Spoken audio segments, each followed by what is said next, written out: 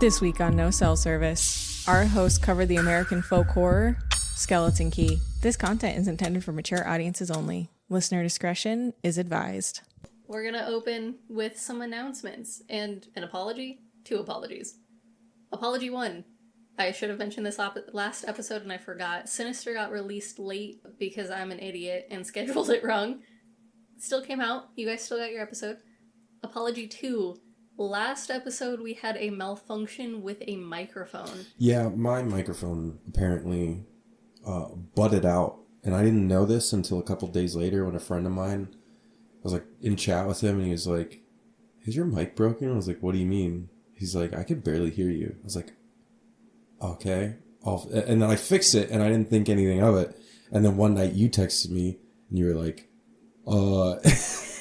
we have a problem. And I was like, oh no.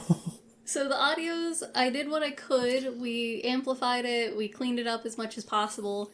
But do apologize for that as well. Sorry. I tested my microphone before we started. So if it did it again, somehow, I'm so sorry. We'll figure it out. And then, announcement. We made a Discord. Yeah. We have a No Cell Service Discord. Open access. Come join us. We're going to add it in our link tree. And then I will also drop it in the description of this episode. Have I also mentioned we have a YouTube? Videos are, not videos, but our episodes are coming out on YouTube as well, if you want to watch it there. For anyone who doesn't know, because I didn't know this, and as someone who uses YouTube every day, I didn't know that they had started doing, like, podcast posting, like, officially. Yeah. Which is sick, because you'd think that, like, that's obviously the next step when they first started doing, like, the reels and stuff. Like, oh, they're integrating, other forms of media, like TikTok and shit, so, like, It was obviously the right direction, so yeah. Those episodes, our entire back catalog is slowly getting uploaded. I have it, I think, like, an episode a day comes out, just because that's the way I wanted to do shit. Yeah. So that will be coming out on YouTube. I think we'll officially be completely caught up by the end of the month, and then we'll be on our normal weekly schedules. It'll come out... Our YouTube episodes come out either the day after or like 6 hours after these ones post on the actual podcasting platforms. I have no idea why, but it doesn't come out at the same time. It's usually later, but those will be on there. It does have closed captioning, but it's not the best. Me and the missus are trying to go through and clean them up as much as possible. I don't know. We had this conversation, like, I don't know, are y'all just sitting at your computer reading what we're saying as we're saying it? If you are, we'll pay more attention to closed captioning, but we're just kind of doing the bare minimum. We're under the assumption that you listen to this podcast either while doing something else or, doing something else. Pretty much. I don't think there's been a single time where I sit down in my chair and put on, white text on a black screen of just an audiobook. Like, it's not a thing. So, but if you guys want better captions, if that's something you guys want, like, we'll do it. It's just, I don't want to throw a billion hours into it more than necessary. We got enough things going on. We have so many things between the two of us alone. So we have so many things going on in the background. Please join our Discord. We're going to have so much shit going on, guys. Yeah. We're going to update you there. We're going to talk about a few things. We've talked about this since, like, the start of the podcast. We are getting a Patreon thing set up. It's not quite Patreon. It's another service that is better for creators, honestly. They take a 10% flat fee instead of fat-free. Fat-free, man. Fat-free yogurt is great. Actually, I hate fat-free yogurt. I'm a Greek yogurt person, but we've got a lot of things. Just adds flavor. Fat? Yeah. Yeah. And it's also, like, consistency, because, like, Yoplait is just, like, water, but, like, a nice Greek yogurt, like, that's a yogurt.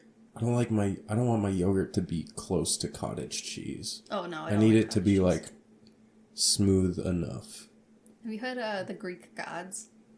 That's my favorite Actually, Greek no, yogurt. I think I have. They got a black cherry one? Yeah, yes, I have. That's the one that I tried. I love the black cherry one. So there are preferences on yogurt. Yeah. There are updates on everything else.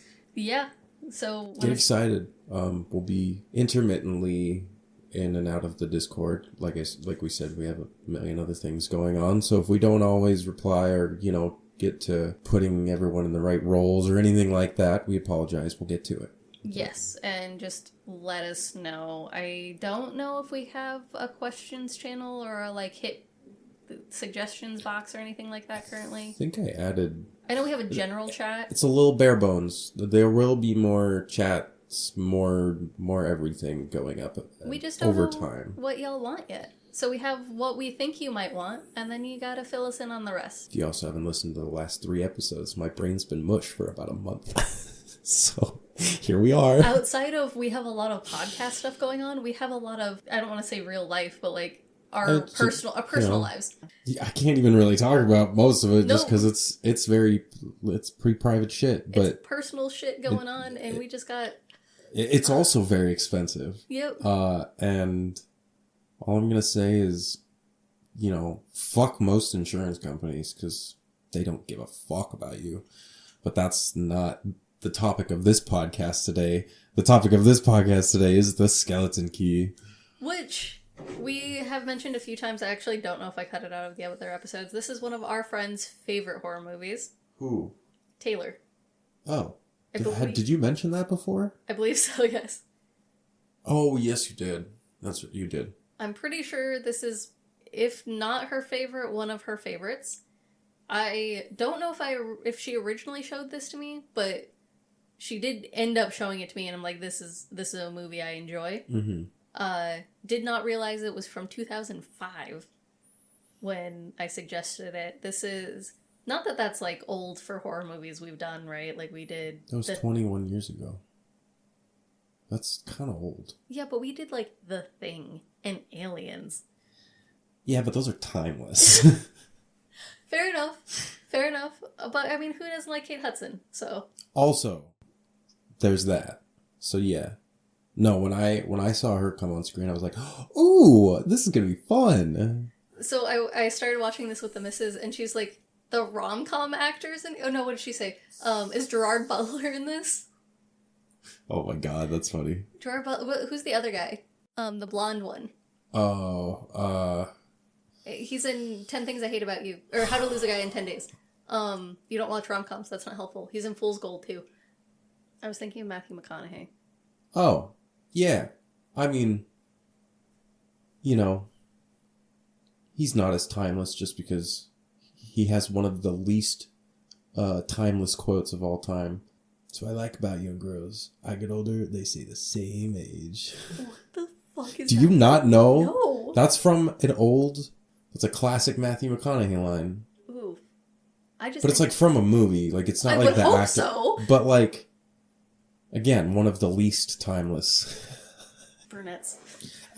Yeah, so... I don't even know what my point is. Or was. Kate Hudson is what we were talking about. Kate Hudson. Yeah, she's great. First thoughts before we get into this. Anything you want to start with? What, like... how did I feel in the beginning? Oh. Or... like overall. any beginning remarks? Yeah. Not necessarily. I mean, I had no idea what I was going into, and I think that's the best way to do it.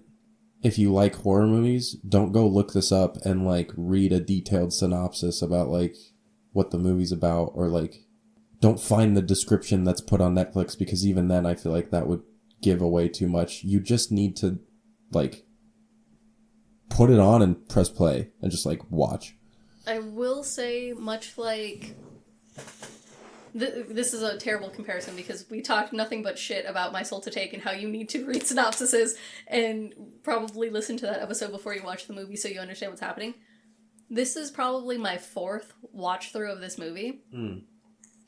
And picking out the nuances and just being like, ha, that's funny when you know what's going on. Yeah. Oh, I bet. Is so good. Well, because, like, even I remember at the end, big revelation, all this stuff. And I remember being like, oh, yep, there you go. And then I kind of, like, wanted to slow clap almost. Not that it was, like, a masterpiece 10 out of 10 even, but it was just kind of one of those that made you want to be like, damn, you fucking got me, bro. You fucking got me good. It's good. It's not... so we were talking about this off air a little bit. a solid C plus seems to be the standard rating. We both agreed it'd be more B tier for us. Yeah. It's not the best movie ever performed, ever written, ever filmed, but it is good. You wouldn't, like, finish watching Weapons with your friends and then be like, oh my god, dude, have you seen The Skeleton Key? If you think Weapons was... Dude, you have no idea. Yeah. No. It's not... It's not, again, definitely not an S tier movie, but it is like... But it's like, I would definitely watch it again. Whereas Steel Trap, I will think about for the rest of my life. And you know what? Never mind. That's not a good example. I'm definitely going to watch Steel Trap. No, we again. talked about this before because I compared something to Steel Trap and I was like, oh yeah, but Steel Trap, and then we were both like, no, but we're going to watch that again. Yeah. Steel Trap is one of those weird B movies where you're just like, B? Not B tier. Okay, B horror. sorry. Yeah. Like, just one of those movies where you just watch again because it's like you can't close to help made for it. TV. Yeah. It might as well be, but it's better than made for TV. But not... But not for any specific reason. It's so weird. It's one of those movies that we will continuously talk about. It's my if I would put it in my own S tier. But if I had to devise an S tier for the public, it would definitely go down into D. Maybe high F. Anyways, sorry, we could go on. We could go on about Steel Trap for ages. I don't even think that original episode was that long, but I think if you added everything we've said since then, it would be like a 3-hour long episode. So we open with Caroline. She's reading a book to a patient in a hospital bed. Mm-hmm. I meant to look up what the book was, and I totally spaced it. That's my bad. It sounded like some Shakespearean kind of stuff. Maybe not even Shakespearean necessarily, but older writing, like the older writing language. It had like a boat on the cover, and I was like, I don't think it's Moby Dick, but like same classic stack of books. Yeah. In that vein.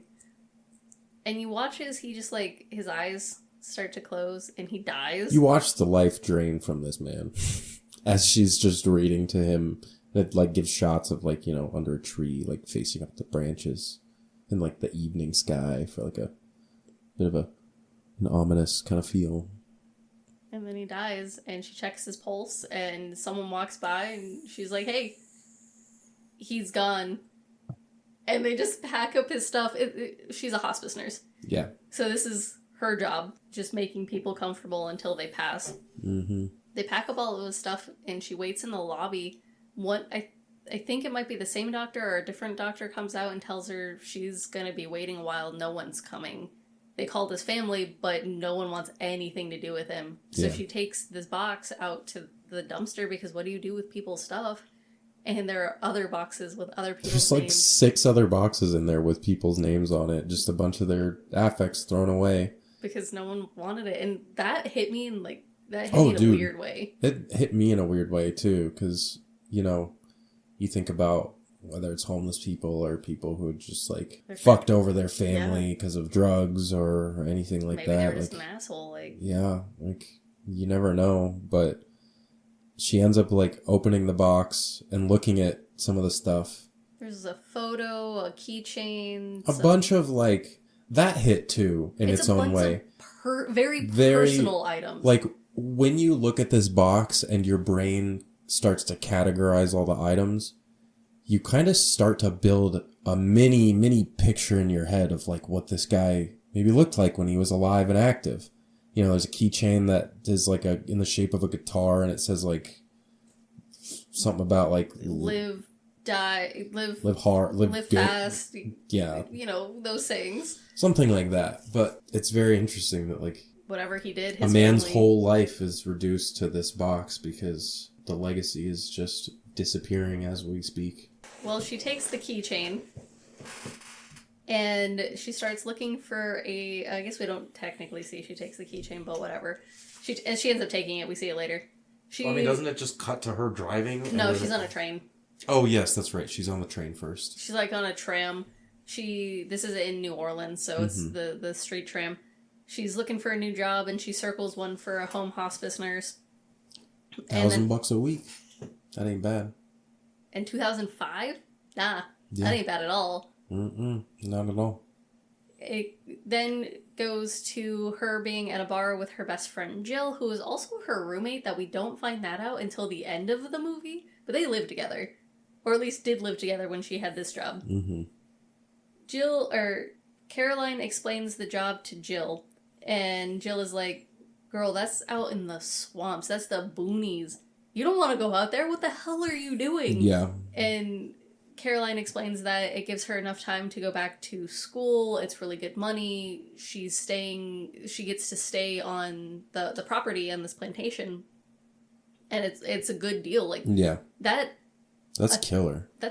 And this is what she wants to do. She wants to help people and be a nurse in this kind of way. This seems like the ideal way to do it. Jill says something else, but Caroline just cuts her off with, are we going to dance or what? And so then they dance to some really killer jazz music. Mm-hmm. Oh, nothing beats a live New Orleans jazz band. Oh, yeah.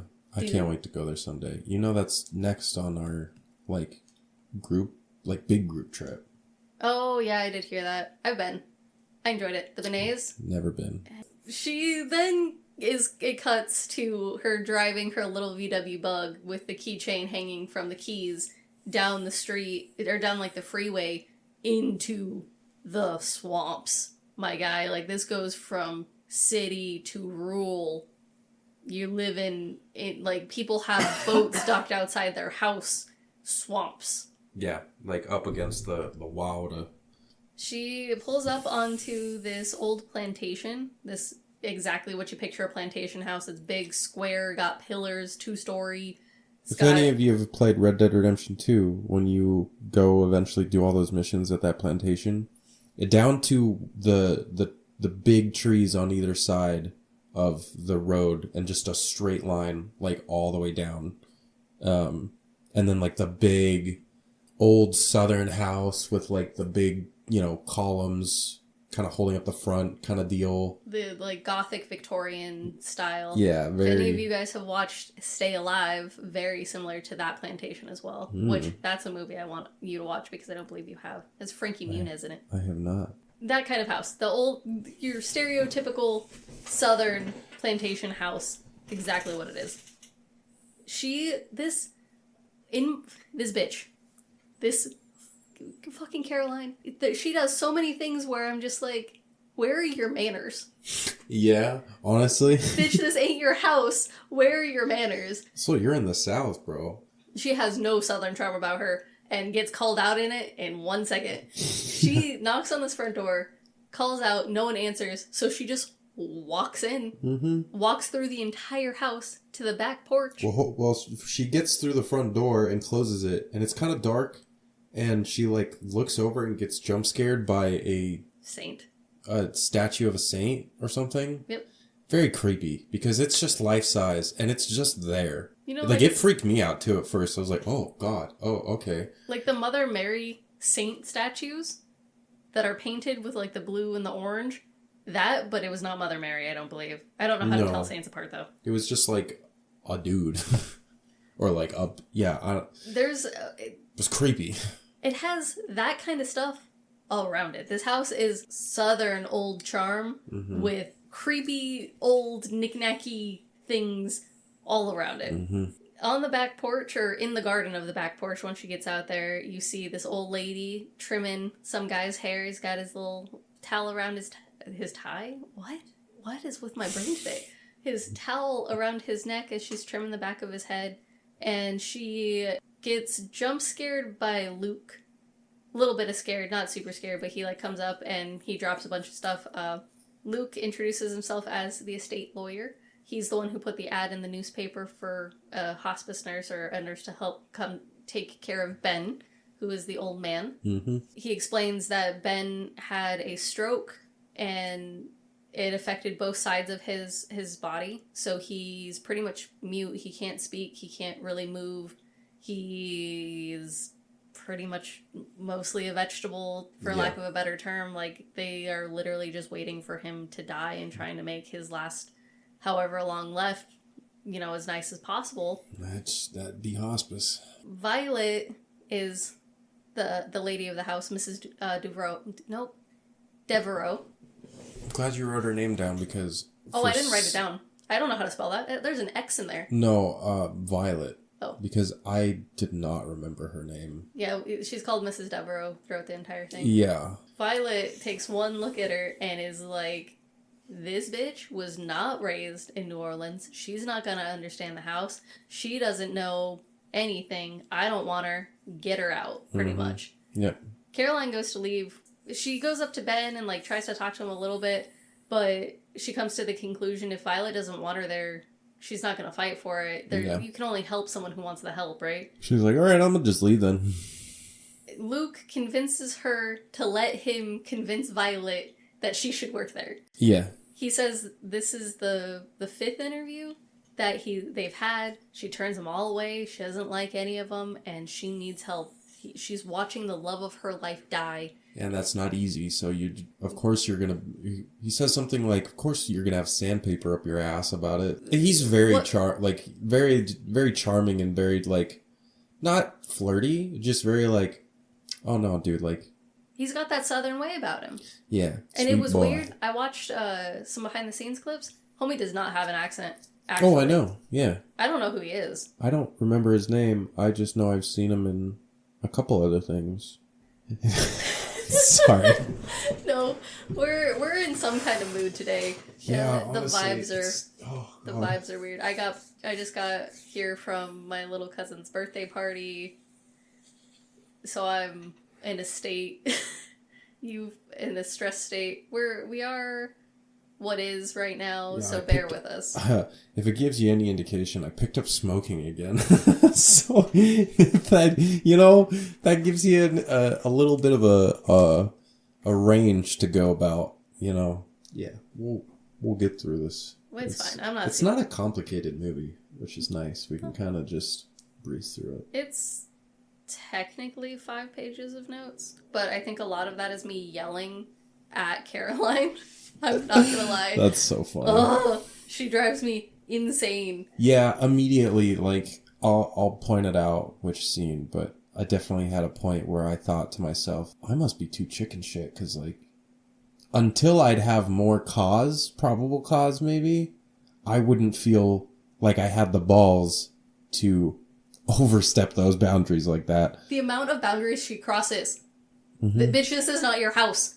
Yeah, that's the one thing. It's one thing if you are in someone else's house. That's enough. But if you're in the South and you're in someone else's house, if you were born in the South and you do this, your mom will kill you.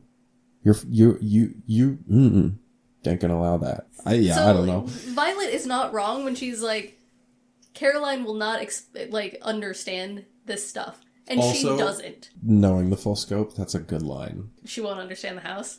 Yeah. Because you're like, oh my god, that makes perfect sense. Why she'd just be like, no, fuck her. Like, this is just going to be a waste of time. Mm-hmm. And you can cut that if you want. No, I'm here for it. But like... there's a few things that I want to point out where I'm like, this is great. So, Jill gives her a bunch of random rules of no playing bridge, don't get hooked on bingo, you have to come and see me, and as they're sending her off. This is the most she's 25, this is the most early 20 things ever. She's on E, driving rurally through Louisiana, and has to stop at the most sketch gas station because girl did not fill up before she left. Yeah. So she stops at this... It's a combo of, like, a house and a gas station. She fills up and you have to... Does she fill up first and then have to pay after? Is that what it was? Yeah.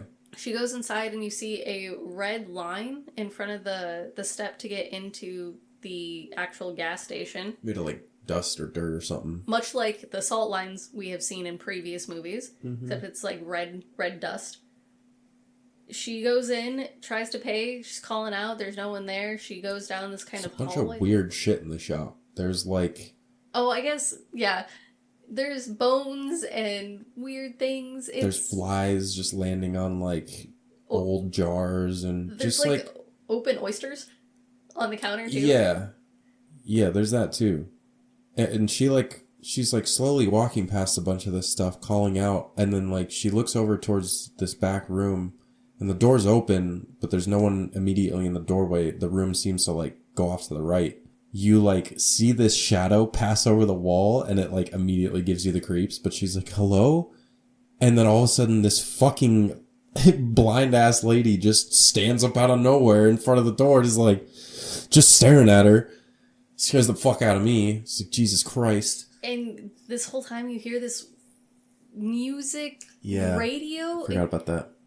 They call it music, but in my head it feels like a radio host talking. More so, or like, I think I describe it later as a sermon. It very much has like a sermon vibe. Because there's like a little bit of music mixed in, but there's like talking, but there's almost a rhythm to some of the talking. So it's a bit discernible whether it truly is just straight music or a straight sermon. It's kind of a mix. Yeah, so I think I stick more to calling it a sermon. So you hear it here. A woman comes to take the old lady back to go sit down, and she then gets immediately jump scared by the actual gas station attendant, who like I said earlier, I think this is a combo of house gas station thing, who speaks Creole at her, and she just stares at him blankly. He then switches to French, and he asks her if she speaks French, and she just stares at him blankly, and then defaults to, it's $17 in English. And then he pops open an oyster in his hand. And slurps it up. And then just shucks it down. Well, Caroline makes her way back to the house, and she's getting unpacked and notices there are no mirrors anywhere. There's not a mirror in the bathroom. There's not a mirror in a room. There are signs of mirrors, meaning that there's like... outlines. There's outlines where like the wall is cleaner in a square, and then the rest of the wall around that square is just a little dirtier, so you can clearly see that something was hanging up. Yeah. And in some spots you can see where the nail still is as well. Ben is just kind of chilling in bed when Caroline goes to check on him. He's got a little blues record playing. She's talking to him. She's like, oh, you like jazz music? She's talking to him in a way I don't fully appreciate, because he's still cognizant, right? And she's talking to him in a way where it feels like she thinks he can't understand her. Where I feel like you talk this way more to someone who you think is brain dead or like in a coma. Like you're saying things at them in almost a childlike way. Yeah. And it drives me a little bonkers because my grandfather has had a stroke and Bell's palsy. Like, again, we stated he's cognizant. He's there. He just can't speak or move. And I just didn't vibe with the way she was talking to him. That's fair. She goes to adjust his arm and put it under the blanket, and he grabs it hard, and she has to pry him off of her. And he looks at her with these eyes of like, not bulgy creepy, but just like pleading. Almost. Pleading? It's at this point I couldn't tell if it was pleading or who the fuck are you? Yeah, that's fair. It's a mix between those two of big bulgy eyes that could go one way or the other. Violet ends up coming in and explains about his remedies when he takes them, that he has tremors. She leads her around the bottom floor of the house, saying, don't bother with the housework, you won't be able to do it right anyways, I'm the only one who can. I mean, to be fair, if I was working that job for $1,000 a week in 2005, and the lady said, well, you don't have to do a fucking thing around here except make sure my husband gets his meds and gets his baths. And go to the grocery store and go every once in a while? Yeah, like... Bro, I'd be like, say no less, say no more. Like, it's your house. Chill. I'm at your mercy. I don't know what the fuck is up with your house. You're right. You're totally right. This is how you sign my check. Thank you. She then looks at Caroline and says, I bet you're all marked up, aren't you? Oh, yeah. It's the most old school way to like ask about tattoos. Like, yeah. I know you young kids like to mark up your bodies, and it's just with all that fresh young ink or something like that. It's so unnerving the way she says it. She's like, "You're marked, aren't you?" And she's like, "Not in a way you can see. No. Not somewhere you can see." Yeah, yeah. Such a weird interaction. Just so like, all right, Grandma, I get it. I fucking have a tattoo. Like, big deal. She also calls her, she's like, you're scrawnier than I hoped you'd be, but prettier. Yeah.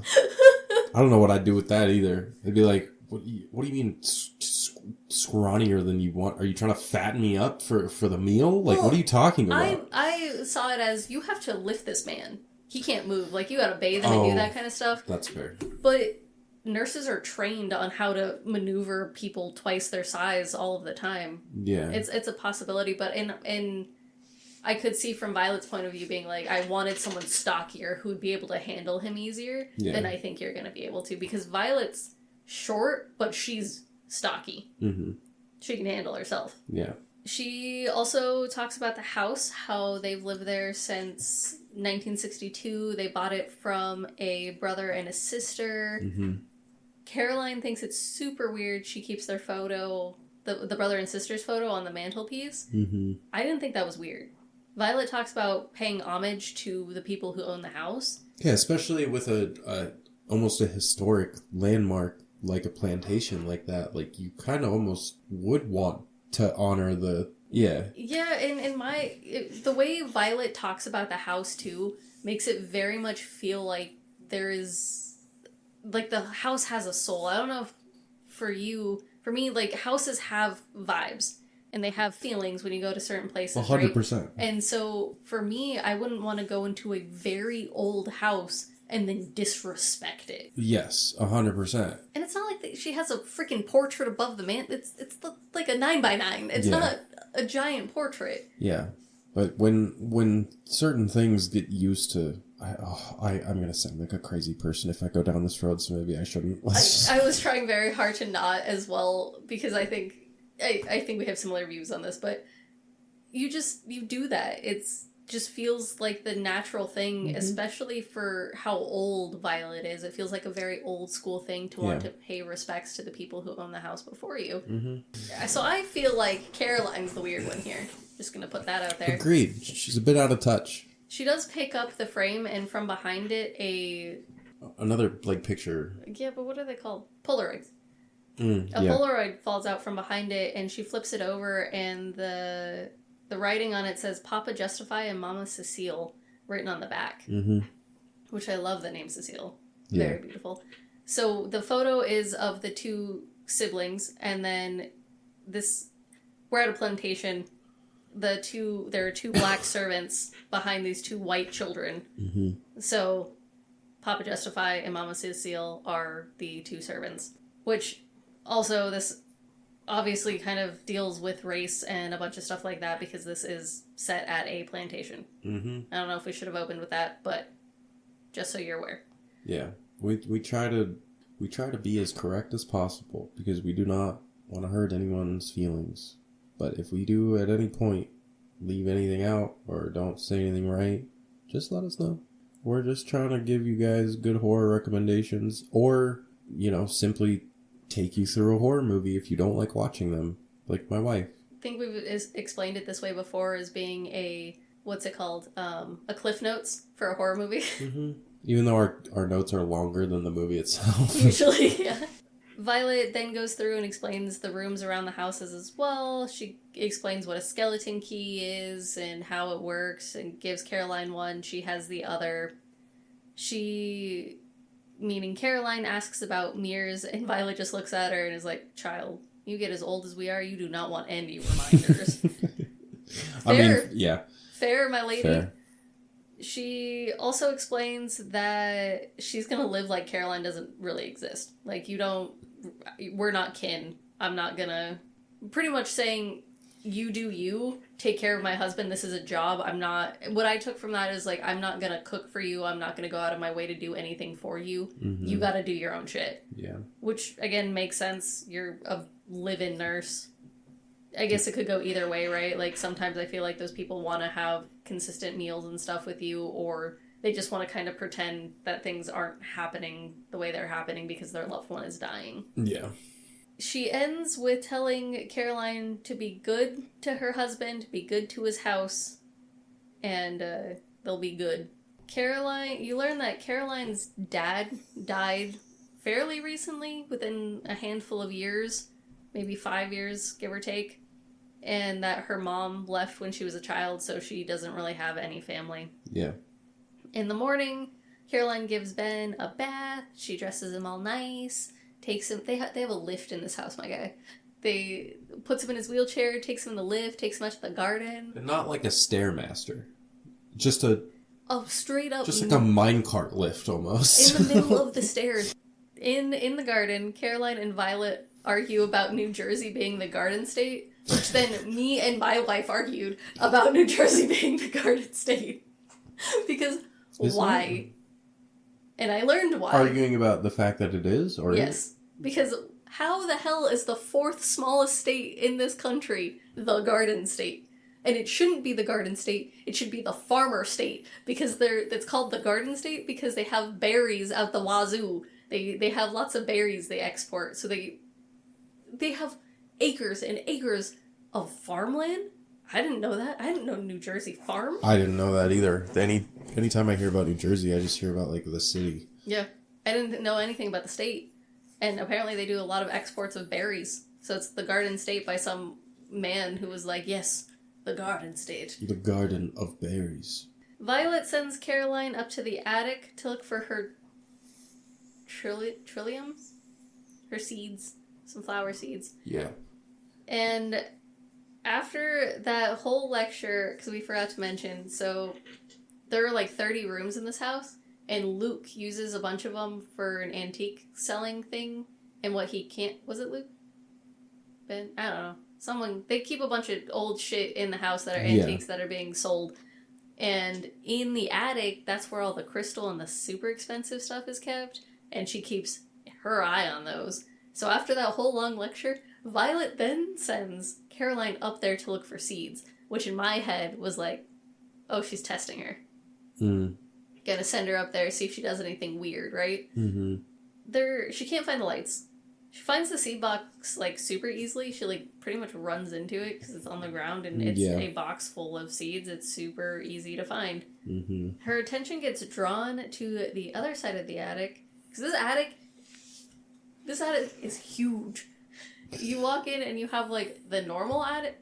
God damn, I'm talking with my hands too much. You have the normal attic. Like, you walk in and there's a normal thing. And then you have a walkway that goes into another area of the attic.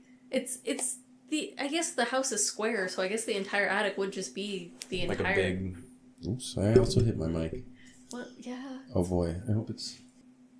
So on the opposite side of this really big attic, she sees, then hears, then sees movement on this kind of wire rack shelf where, an old school gas can or something along those lines, maybe a watering can, something like that, is moving. She moves all of the stuff and there's a door behind it that is rattling. Yeah. And she goes to open it with the freaking skeleton key. This is where I'm like, girl, this is not your house. I don't care what's back there. Maybe it's locked for a reason. This door is freaking hidden. Barbarian. I don't want to know. Yeah. I don't want to know what's back there. Honestly, you just don't have to. It's okay. She goes... So the door isn't budging, even with the key. The attic door she came in slams shut, and then she leaves. Yeah. But as soon as she leaves, that door starts shaking again. So there's this weird, 50% of me where my true crime brain is saying that someone is locked in the attic. Right? So that's the 50-50 for me of this is not your house, but there might be someone trapped in the attic. Yeah. But either way, now is not the time for that when if these people are keeping someone trapped in the attic, they are expecting you back quickly. Yeah. 100%. Caroline asks Violet about the door and why the key doesn't open it. Violet says she has no idea what's in that room. She does not care to know. The key has never opened it. And that's how she wants to leave it. So Caroline cannot drop this freaking door in the attic. She keeps pressing the issue. And she says, oh, wasn't Ben up there when he had his stroke? Why? Why are you trying to push this issue? Violet obviously does not want to talk about it. Just drop it. So many times I'm just like, yeah, you're 25. I will say...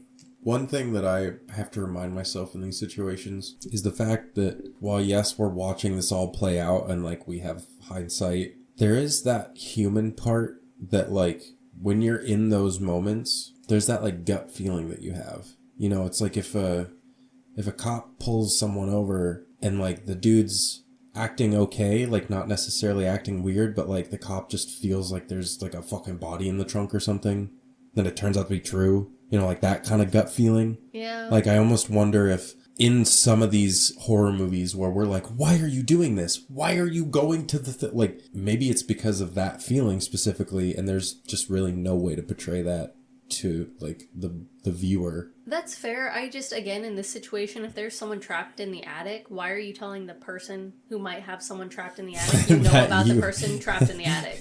Yeah, you know, that too. I'm not making excuses for Caroline.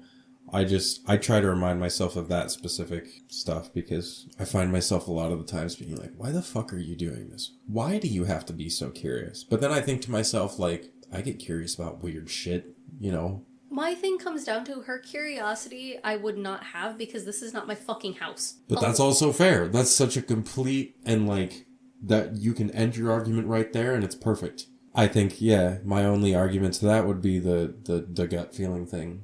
Because if you go and you get a weird feeling from this lady, she gets a weird feeling from Violet, obviously, with the way that, you know, her husband grabbed Caroline and stuff. I don't know.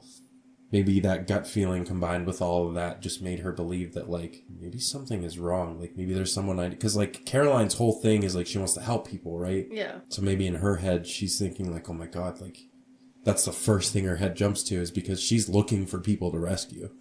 I just feel like then you're putting yourself in a compromising position. Oh, yeah, because 100%. she's now living here. And so it's not like she she's pops not, in. She's not doing herself any favors at all. I'm not saying it's even the right thing to do. I'm just saying, like, the human mind can lead you to do some fucking dumb shit sometimes that you'd otherwise, like, either later on in life or beforehand think of that scenario and be like, no, I'd never do that. But then when you get to it, there's, like, that human part to it. There's the whole experiment with the locked cabinet, or the whole question, right? Like, if you're left in a room with a locked cabinet, are you going to try and open it? No. Yeah, because it's not my cabinet. Why would I try and open a locked cabinet? I don't care. Yeah. But there's people... The last time I did it when I was a child, I opened it and there was nothing magical inside. And that's when I realized, oh, like, people just put random ass fucking, like, pencils and shit in here. Like, it doesn't even... But there are people who can't not know. They have to open it. Oh, yeah. We have a friend who is this way. Mm-hmm. I don't think she would snoop and then tell Violet she snooped. No. But she'd be smarter about it. She would totally snoop. I feel like she would do a lot of the things Caroline does without telling Violet what she's doing. I would, to Ariana's credit though, she would get that bad feeling immediately upon meeting Violet probably. And being like, there's something wrong here. There's a thunderstorm going on while Caroline is trying to sleep. And it wakes her up with, like, a loud boom, and then she hears a bunch of rattling upstairs. Mm-hmm. So she, again, goes to fucking investigate. The light is on in Violet's room when she goes to check on Ben, and then this, I had to remind myself, like, they're probably in separate rooms because she knew she was getting help. Because in my head, I could not imagine not sharing a room with my spouse. Mm-hmm. But in this situation, it makes sense that they're in separate rooms, so if anything does happen, Caroline's not having to then wake them both, like, wake up Violet as well, and doesn't have to intrude on Violet's, privacy to go check on Ben. Mm-hmm. Ben isn't in his bed or in his wheelchair, and the door was locked, and you find that, like, she's looking around for him. She had to unlock his door with the skeleton key. She's opening a bunch of random doors, and she gets to, like, the 6th door, and it clicks in her head. His door was locked. So she busts back into his room, and homie has climbed out the freaking window, and all of that thudding you heard was him dragging his body across the tin roof. He's crawling, dragging most of his body along the tin roof of, like, the front porch. And you're like, what the fuck? This is the first point where I was like, homie's trying to run. Mm-hmm. What the fuck? This is why I said, don't research this movie. Go, like, sit down and just put it on. Because, like, everything will be kind of normal. You'll be like, all right, shit's setting up to be weird. Like, she's now in the weird house. When are the ghosts going to start popping out? But then this happens and you're like, oh, something else is going on. Mm-hmm. But then your brain starts going a million different directions because that something else can't possibly be even closely related to what was in your head earlier. So there's just like a million new theories starting to sprout and you're just like fucking in it at that point. This movie is very good to talk theories. 100%. He, obviously, because it's thunderstorming, Ben falls off the roof. I shouldn't laugh. But the fall is wild because Caroline is yelling from his window to stay where he is, don't move, and he turns around, looks at her, and then keeps crawling his way across, and he grabs onto the gutter, and I don't know what he was trying to do, just continue pulling himself forward or swing himself down. Either way, he falls onto the ground, on the floor. On the ground? What? He falls into some bushes. Caroline's screaming for Violet this entire time. They both run down to where he was, and Violet's screaming for his remedies. They'll call the doctor in the morning. Right now, just get his wheelchair. We need to get him inside. You know, it's raining. He's sick. Caroline bolts back upstairs to go get his wheelchair, and she notices a potted plant is turned over, and on the sheet, in the dirt, "Help me" is written. Mm-hmm. Ugh, so good. Yeah. Violet says they're going to double his remedies because she doesn't know what else to do at this point. Caroline looks around, trying to find, like, where... I believe this is in the morning, yeah. So, that night, Violet says we're going to have to double his remedies. I don't know what else to do. And in the morning, Caroline goes looking around, trying to figure out where was Ben going. Was he after something? What was he looking for? And she notices an old rowboat on a dock by the swamp where the house is. She assumes that's where he was going. Yeah. Luke comes over because he's dealing with Will stuff, or I don't know. He's something there. And Caroline explains what happened last night, but when she goes to try, like, to also show him the sheet, because he's trying to be very kind and ask her what's going on, what do you think's going, like, what did you see, what did you think you saw, and kind of being a very good confidant in this moment of just trying to see where she's coming from, even if her ideas seem not grounded in reality. Yeah. When she goes to show him the sheet is still there, but it's blank. There's nothing written on it. Mm-hmm. And she says something, and he asks her if she's planning on quitting.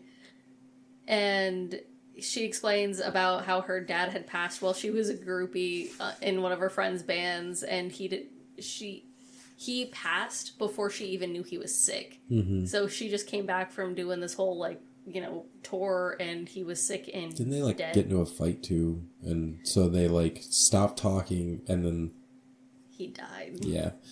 So awful. It was a stupid argument that she then let continue to fester and not talk to her dad. Yeah. Which, these arguments suck, right? You're not doing anything with your life. I think you're wasting it away. And dude, my brother joined the army because of that fight he had with my dad. Like, that was the fight that made my brother join the army for 6 years. So, like, you know, kids don't take it lightly. I mean, yeah, I had the same fight with my parents. They didn't want me to switch degrees when I wanted to. Obviously, I still did, and I don't even have... Well, I have an associate's degree. I'm partway through my bachelor's. But this fight is so common. This is not the one that should be the make it or break it, cut off contact.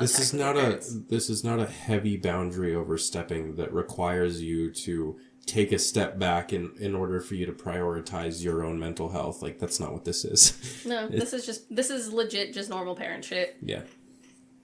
Luke presses a little bit more about Ben and what she thinks is going on.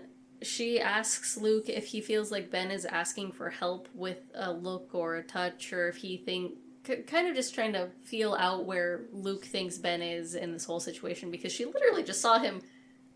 Oh, I forgot about... Violet called it a tremor when because Caroline asks... That's why they have to up the dose. She's like, his tremors aren't going away. Because Caroline asks for clarification on his movement, and Violet says he has tremors. And in my head, I thought that meant I've only seen him have tremors. I've never seen him fully move. And the missus was like, you call that a fucking tremor? He crawled away from you. Yeah. So I think it's perspective, but that... I don't remember where I was going with that. But that's a thing. Mm-hmm. Violet comes looking for Luke, and they're sitting on... Luke and Caroline are sitting on Caroline's bed, and Violet does not approve. She looks at them and she's like, it's nice the children are getting acquainted. And Luke kind of placates her by saying, you're the only woman in my life. And Violet, again, just not having his shit, is like, I know no such thing. Do not touch me, bitch. Mm-hmm. Now, are we gonna do what you came here for or not? Luke ends up giving Caroline his card to call whenever he needs her, or she needs him. And the next scene, like, Luke leaves Caroline, or Violet and Ben, I think they're out in the garden or something, and she sneaks into the attic again. Yeah. Caroline goes up into the attic.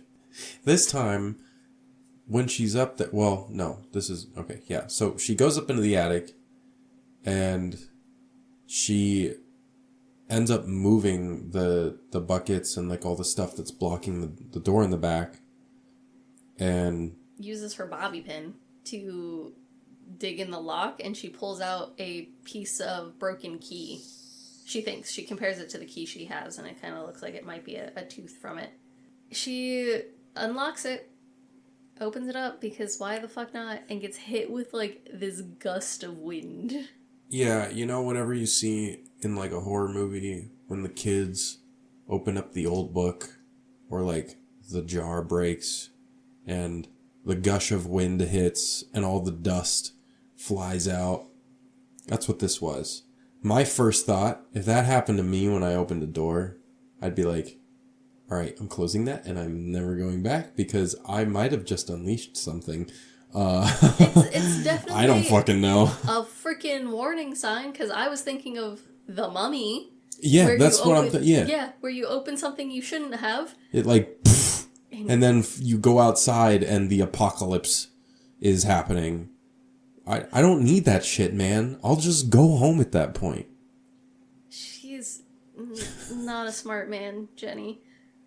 She crawls through the shelf through the door, and there's a bunch of wet specimens and jars full of liquids and solids and I couldn't even, skulls I'm good at describing. I couldn't even tell you what's in these jars. I think one has a snake in it. I think it's a wet specimen snake coiled. Y'all remember when we One described... looks like a brain, but it's not a brain. Remember when we described the fetuses in Immaculate? All those wet specimens. It's like that, except they're not fetuses. They're just things. They're just things. It's like old-timey voodoo jars more than like scientific research jars. Yeah. Like, so there's also a voodoo doll, your stereotypical. It's like life-size though, and it has blonde hair, and in my head I was like, blonde hair? Bitch, is that you? Ooh. And to specify because we already did bring voodoo into this, this would be hoodoo. Yes. Not voodoo. There is a distinction, and for our purposes of this movie, we are going to be talking about hoodoo. Mm-hmm. She finds a big-ass, what looks kind of like a photo album in the first couple pages, because there's a bunch of photos and stuff.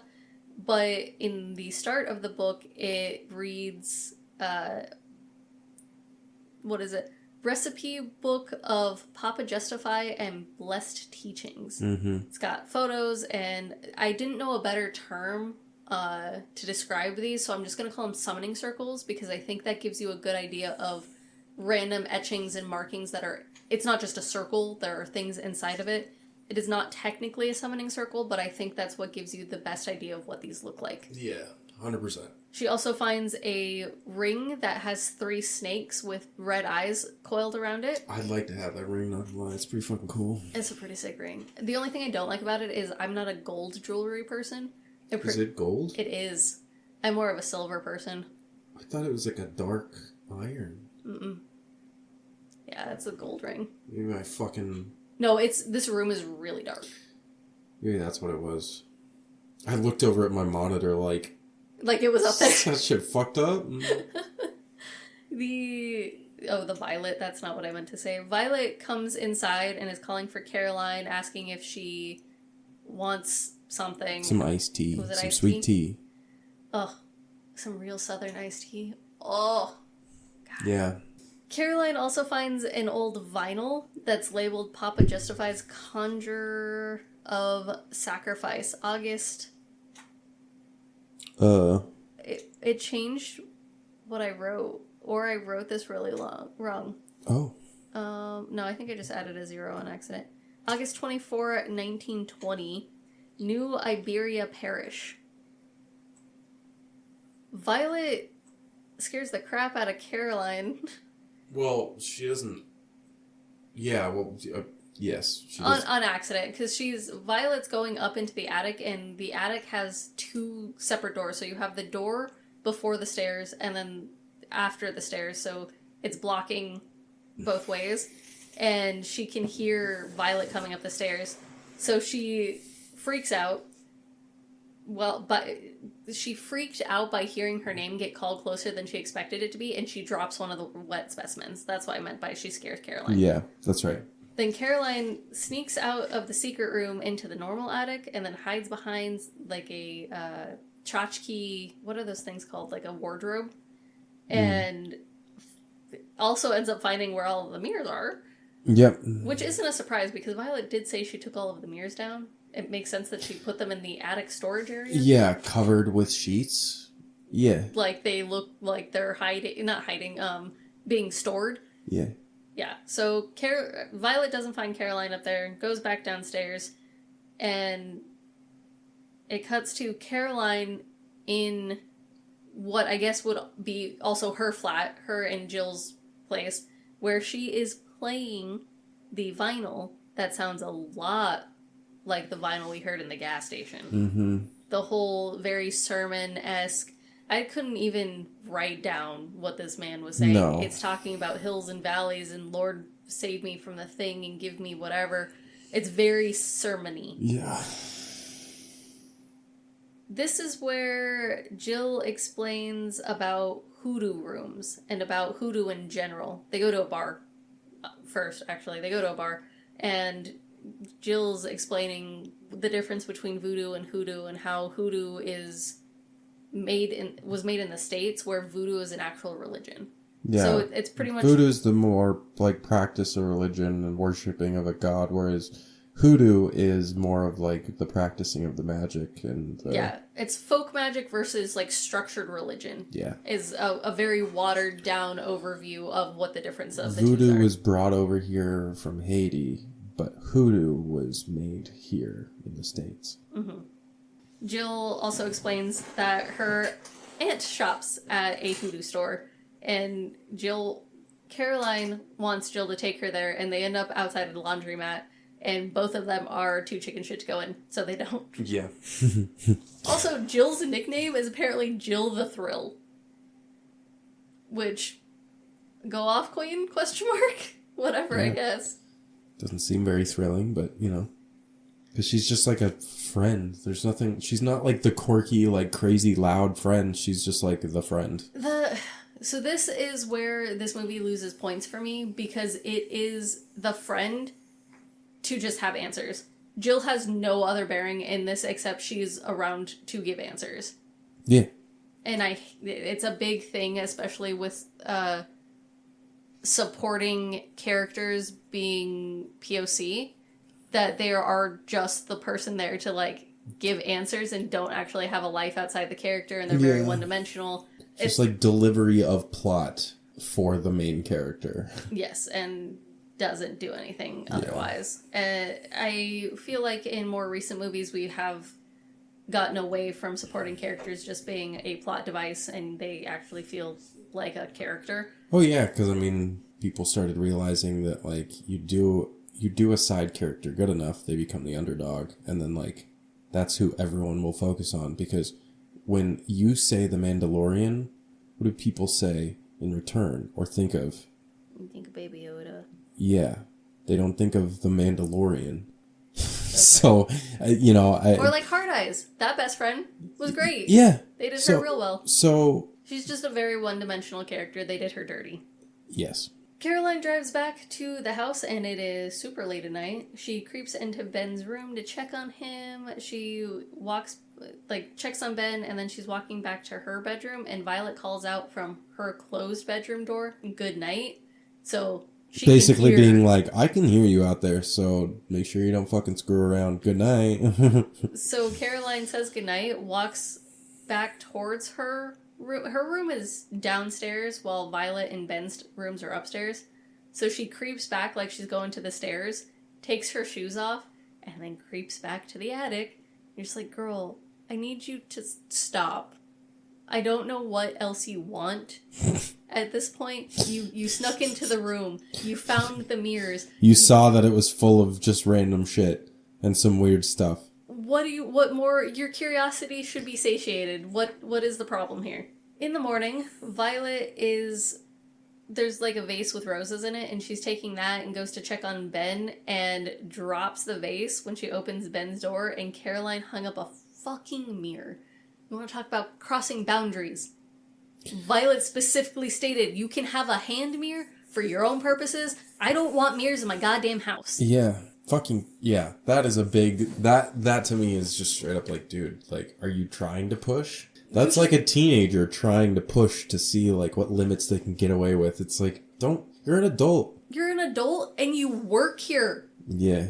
Know your place, and I don't ever really say that lightly, but you are living and working in someone else's fucking home. There are boundaries to what you can and can't do, and redecorating outside of your room is not one you can do. She also specifically told you not to do any housework, so you can't even play this off as being housework. Mm-hmm. Violet goes and bangs on Caroline's door, getting her up, and not yells at her, but raises her voice and explains, I told you, you fucking heard me. What is wrong with you? Why did you do this? And Caroline just comes back with, well, I found them, and I wanted one in my bathroom, so then have one in your bathroom. Don't go put them around the freaking house.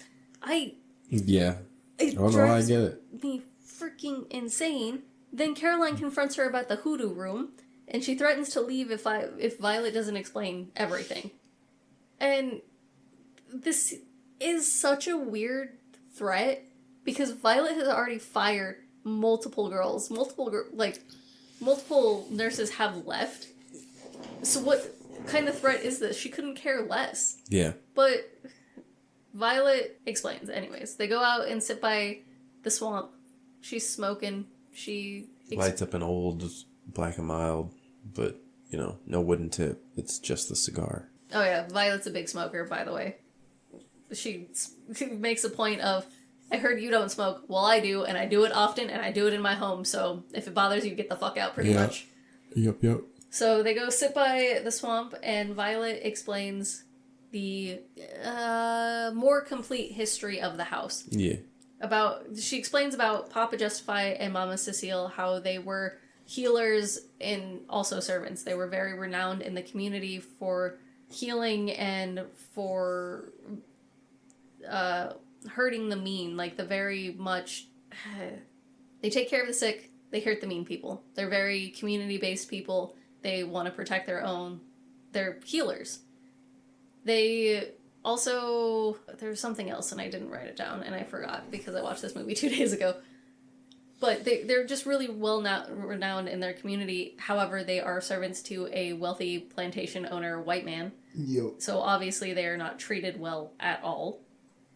One night, there is a big cocktail party. Everyone's drinking. The house is bunch of full. big landowners, business owners, stereotypical. The rich of the rich, all getting together and hanging out, partying together, because they got nothing better to do. I do love how the party sequence is filmed, because it's, overlapped where you see the image multiple times, because it feels like they're trying to make you feel drunk as the party is being filmed. Yeah. And as the story goes, there were a few guests who wanted to say goodnight to the children before they left as it was getting late. Well, the children weren't in their beds, and so these drunk adults decided to make a game out of who can find the children first. Mm-hmm. But as the game wore on, more adults got concerned as they couldn't find the kids. Mm-hmm. Well, someone finds them up in the attic, where there is a hoodoo circle in candles going around with Papa Justify is seizuring out. Is he? Yeah. Well, he's like, you know. I thought that was later. This is when they find them in the attic. When they find the children in them? Yeah. Yeah. But I thought he started, like, freaking out later. Like, once they start taking him downstairs. No, it was, like, in the attic. Well, they... Because they, like, grab him as he's, like, you know, fucking Gotcha. freaking out. What the conclusion ends up being is that the servants were teaching the kids hoodoo. Yeah. And the kids try to take the blame, saying we wanted to learn, you know, don't hurt them type deal. But all these filthy rich white people took these folks out into the front yard and hung them up and then... Lit them on fucking fire. Not just that. These drunk people would, like, douse them in alcohol. One, like, puts a bunch of alcohol in their mouth and then, like, spits it on them. And then they light them on fire. All while the kids watch, by the way. Yeah. I mean, the most harrowing part of watching this scene is just realizing that, like, you're kind of just watching history play out. Because, like, that's exactly the kind of shit that happened. A bunch of rich white people get together, get drunk, and... do whatever the fuck they want. It's like Sinners style, where he, like, shows up at the fucking, you know... I haven't seen Sinners. Oh, my... What? Yeah, I know. Holy fuck. Yeah, it was all the rage. I have not seen it yet. The movie's so good. I keep hearing that. Because Violet even explains they got away with it. They had the money to. No one cares about some random servants. Doesn't matter how good or renowned they were in their community. Like, money's gonna win. The father of the family ends up killing the mother and then killing himself. And the people in the community are like, yeah, that's Papa Justify getting his revenge, asshole. The kids end up staying in the house until 62 when Violet and Ben ended up buying the place. She says, you don't just clean out a room like that. You look at it, you lock it, you leave it alone. Which, what are you gonna do? I'm not touching that. I'm not messing. You think I'm gonna disturb all this shit? Yeah. No. For all I know, that could be the heart of the house, and as soon as I remove something, it could all crumble. Mm-hmm. You know, that's when shit's gonna go bad, because you've disrupted everything. Yeah. Yeah, I'm not doing it. I'm on Violet's side right now, you know? This all makes sense to me. Yeah. She then explains it's why they also don't have mirrors in the house. The way she phrases it exactly is the kids never explained why that room was locked and why there were no mirrors in the house. But now we know. You see them in the mirrors. Yeah. You see Papa Justify and Mama Cecile. Oh. And Caroline starts trying to talk over Violet and it keeps saying, you can't expect me to believe this. There's no way you think this is real, stuff like that. Well, Violet is talking about the brick dust, and that's the red brick dust. If you put it around, that's supposed to help keep, you know, your enemies out. It's supposed to protect you. And that she did a whole circle around the entire house, and that should work. And this entire next paragraph is just me screaming at Caroline because all right, let's hear it. What kind of nurse just disses someone's belief system this fucking hard? Are you kidding me? I have heard anecdotal stories of nurses talking to Satanist or Buddhist or whoever and just talking about, especially when someone's dying, if that's their belief, just let them believe it, man. Yeah, you can. When your husband, when you are taking care of someone's husband who is dying, and their belief system includes all of this shit, or it doesn't matter what their belief system includes, you let that be the comfort that they need in that time, because I'm sorry, if there's any time in your life where you're gonna think about the afterlife, It's going to be when someone around you is dying or just died. Yeah, dude, like it's going to be the only fucking thing on your brain for like a week. For me, it's... Yeah, I get it. No, I'm so glad you pointed that out because I didn't even realize it. But that pisses me off. It pissed me off. I would have had my own paragraph if I wrote notes. Yeah, because what the hell is wrong with you? You just don't do that. Like, if I was helping take care of someone, because, you know, I'll probably end up taking care of my mom when she starts getting old and that kind of stuff, and we'll probably end up having Liz's mom, and they're both... Liz's mom kind of leads in this weird in-between of Catholic and Christian, and my mom's very heavily Christian, and if they want me to pray with them, I'm gonna pray with them. It's their belief system. It makes them feel safe. It gives them comfort. Mm-hmm. I don't believe in it, but that has no bearing on what makes someone else feel. That doesn't matter. Good. It doesn't matter if you believe in it. Exactly. And how dare I just could not. This is why you don't have your nursing degree. Fuck you. I got so angry with that. Yeah. Violet ends the conversation by saying, "Now you're gonna leave like all of the rest did." So her threat is, again, meaningless because Violet didn't want to tell you this because she didn't want you to leave in the first place, but now she, you know, it's just... She's like, alright, fucking go, just like the rest of them, now that you know. That... Either deal with it or don't. And it's like, you know, at that point, just lean into it. But that's not real life, it's a horror movie. There's gotta be spooky things and a conflict and resolution. Otherwise, it's not a compelling. Yeah. How dare they? That night, Caroline is taking in the washings from the line, and she stops by the tool shed where she does find a trough of red brick dust.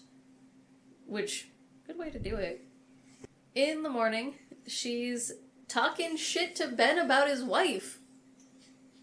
Pretty much saying, oh, your wife thinks they're a ghost and that this happened to you. How you got? What did she call her? A conspiracy theory or some kind of? She's talking shit about this man's wife to him. Yeah. Again, this leans into I hate the way she talks to Ben. Like he's not cognizant about what the hell's going on, especially after you just watch this man climb out a window.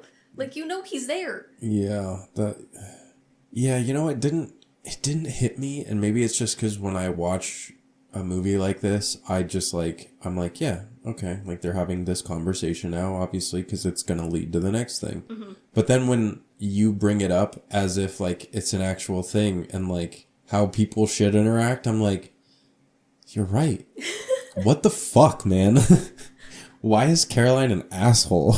Caroline's a fucking asshole. This entire movie, she is an asshole. I would definitely. There's like. If I was Violet, I would have fired her already. Yeah. But there's also other reasons why, you know, maybe Violet wouldn't want to fire her.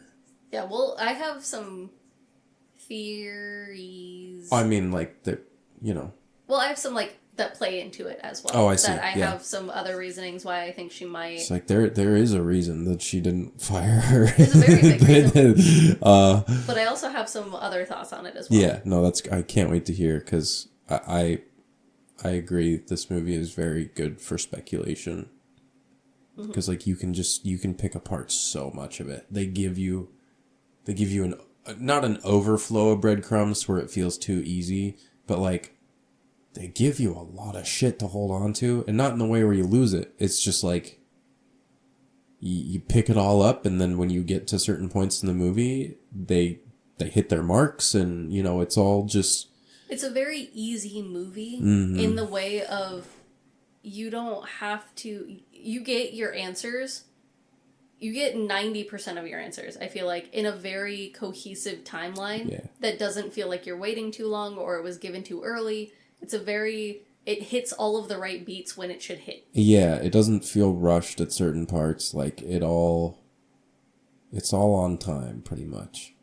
So, I've neglected to mention, she's talking shit about Violet while she's giving Ben a bath. She ends up getting soap in her eyes, and so she pulls out her little compact mirror to get it out.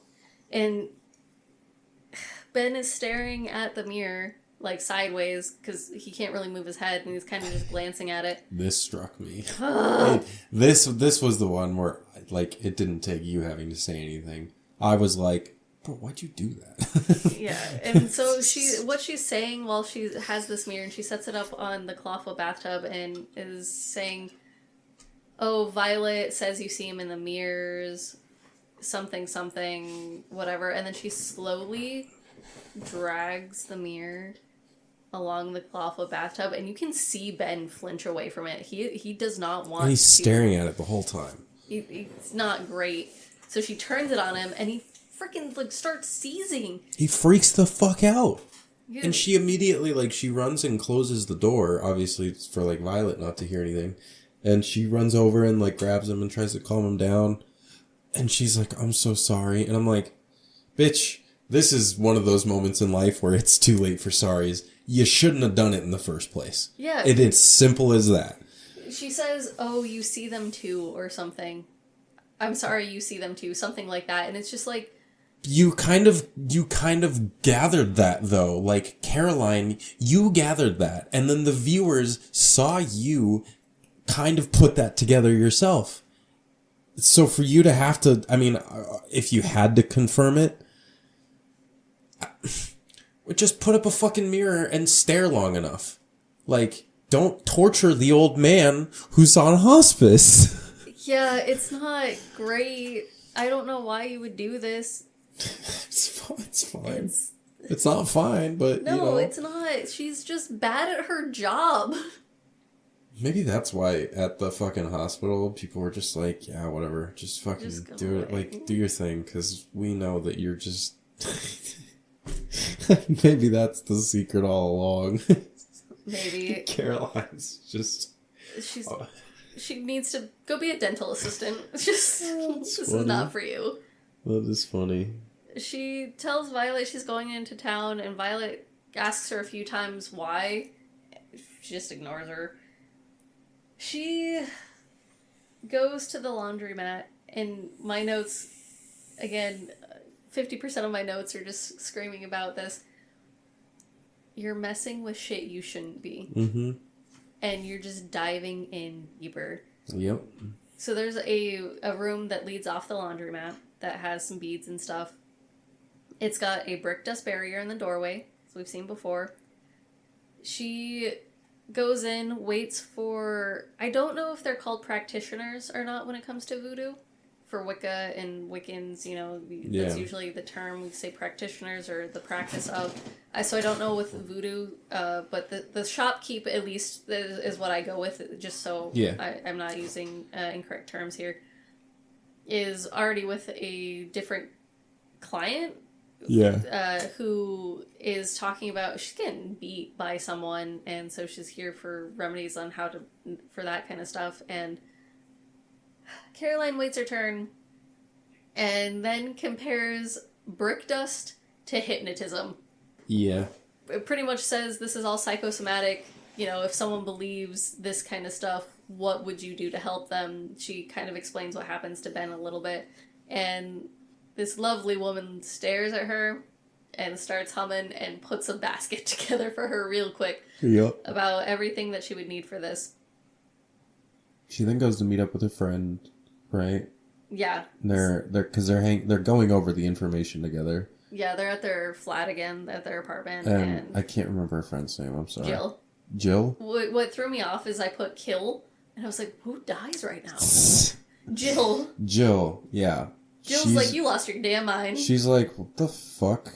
And the whole time, Caroline's trying to explain, like, well, you know, like, if someone believes in something truly 100%, then, like, maybe... Jill's like, dude, this guy's dying. Like, your job was to show up and help him die. And she's like, but I don't think he's, like, I think he can get better. You know, and it's this whole back and forth. Jill says, he's not your dad. Yeah. Which immediately, or almost immediately after, Jill's like, I'm sorry. I shouldn't have said that. That was too far. Yeah. But which, it's kind of fair, though. Like, you can't... Because obviously, like, by now, you've seen heavy doses of Caroline with this sort of savior complex, right? Where, like, even in the beginning, and she's in the hospital, she seems like the superhero among these basic ass workers who don't give a shit about the general populace. And it's, yeah, but then, like, She's just a bleeding heart and wants to help people, but she's in the literal business of dying. Yeah. She picked hospice. You chose the wrong profession to save people, my guy. You know, if you wanted to work in a hospital, do the part of that job that you actually do save people. I think that's what was supposed to be implied by her saying she's going to go back to nursing school. It's because that's what she wants to do, but I'm assuming maybe hospice care doesn't require, like, a full... You might just need certifications. Yeah, which makes sense only because I think of Dr. Sleep.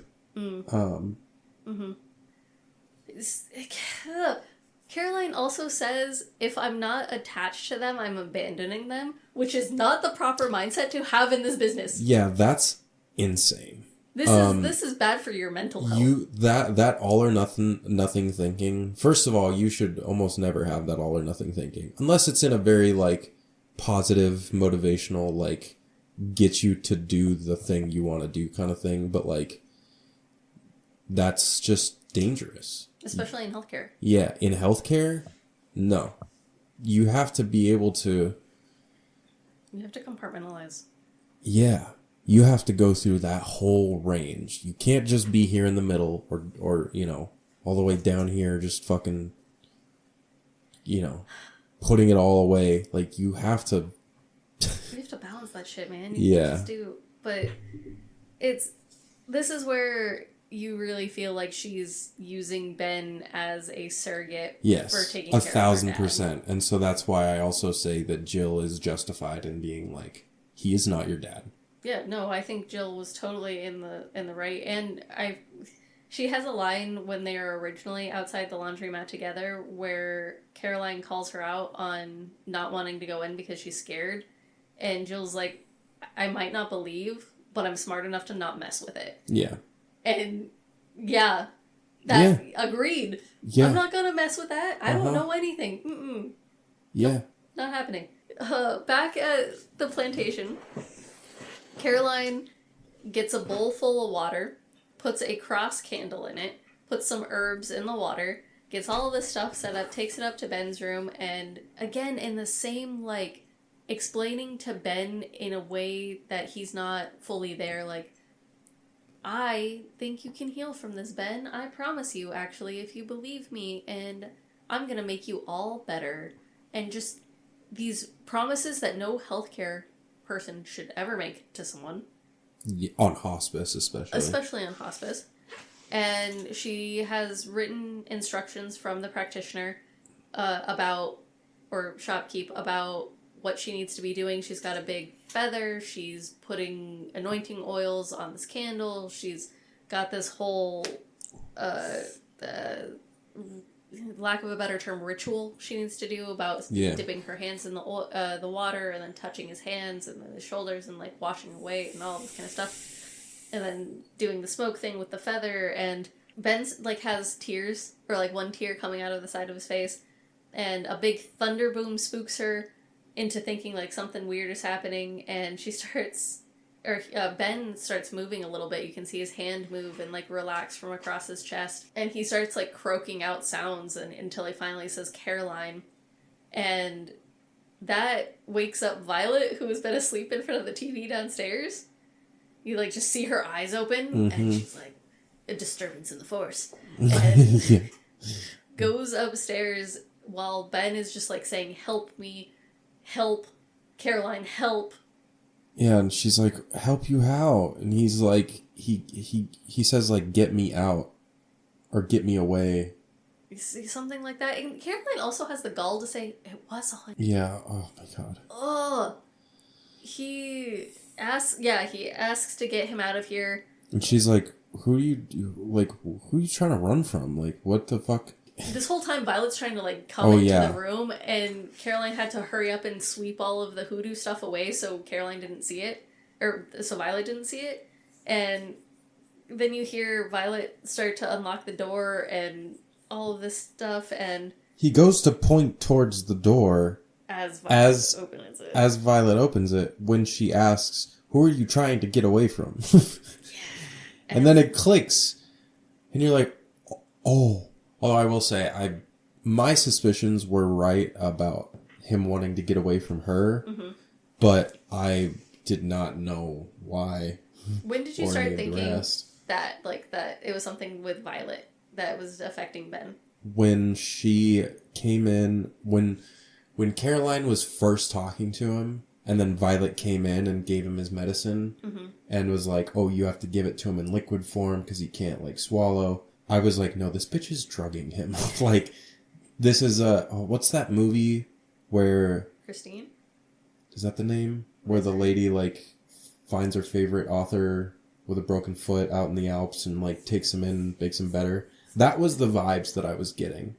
No, I was right. It's Misery. It's a Stephen King novel. Yes, that's right. A writer held captive. Family Guy does a whole bit on it between Stewie and Brian. Yeah. That was the vibes that I got. Christine is the car movie. Like, pretty much immediately when she came in with the drugs in the water. Yeah. Especially in just, like, the way he, like, looked around. It was also interesting to me because, like I stated earlier, my grandfather had a stroke, and Caroline also asks what side of the body did it affect, and he comes back with both. And I don't know how rare that is, but that feels rare to me. I think that's rare, yeah. But I could be wrong. I'm not... I mean, I think for a stroke to, like, put someone under completely, I don't think that that's, like, unnatural, but I think it's a matter of, like, the stroke only affecting one side of the brain still, maybe. It was pretty immediate, so when he did that, like, when he started doing that, I was like, oh, fuck yeah. She lies terribly about... She's the worst liar in the world. She lies about Ben struggling in his sleep, and she came to check on him, and then she has to pick up the bowl and be like, I brought water. Yeah. Violet pretty much just says, get the fuck away from him. You are not needed for the rest of the night. Yeah, get the fuck out. Caroline says something about coming back to give him his remedies, and she dismisses him and is like, get out. Like, I don't need you. And then locks the door to keep Violet out. Or to keep Caroline out. I say their names back and forth so much in my notes because it was either that or she said this to her. And so they keep getting the names flip-flopped. You're good. That night, while Caroline is sleeping, she's having nightmares in the form of flashbacks of the party we saw earlier of Justify and Cecile. Yeah, creepy. It's super weird. And then at one point it cuts to her and she sits up in bed and she's got her eyes and mouth stitched closed. Oh god, this scene was like... yeah, and then she wakes up from the nightmare. But yeah, that was fucking creepy. I was like, Jesus, okay. Yeah, there's a whole like scene of someone cutting her hair too for a lock of it. Yeah. Which, where have we seen this before? I got slight... I don't think it was... Maybe it didn't have hair in the movie, but I did still get slight, like, bring her back vibes. A little bit. At least in the beginning. I think it's, like, the folk magic because of, like, weapons, too. They have the whole hair motif in there. I feel like hair is a real big one for folk magic. Being used for, like, control purposes or those kinds of things. And so... I still have nightmares about fucking weapons when the... lady shambling out of the house with the scissors. God, she was so good. If I walked out of my house and saw down at the end of the road someone doing that, I would run inside, lock the doors, lay down on my floor, and piss my pants and cry. I don't know, like, I'd be like, you know what, that's it. I don't want to even be alive anymore. I wish I could say I'd even do that, but we all know my fight or flight response is freeze, so I'm getting my hair cut. Yeah, she'll clip your hair and walk away and you'll be like, oh, okay. And then you'll rack up a $50,000 therapy bill. Yeah. Actually, no, you'll get controlled. Because otherwise, why else would they... And then I don't have to worry about therapy, so win-win. You're right. Look at that. So she leans over and it's a radio. It looks like a portable DVD player, but I did pause the scene for it, and it's a radio CD player with a bunch of buttons. It's kind of wild.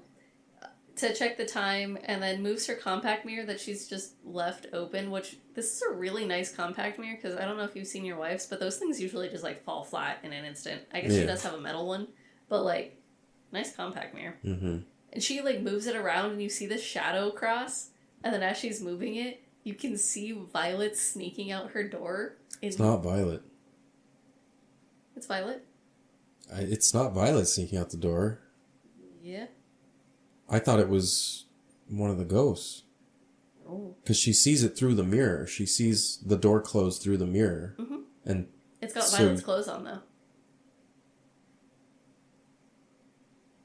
It looks like Violet's size. I could have swore. It was dark. I mean, some of these scenes are really dark. Yeah. You can tell it was 2005. Yeah. She goes out into the hall and calls out for Violet, trying to see if anyone's there. All of the lights are off. No one answers. In the morning, finally, girl is done.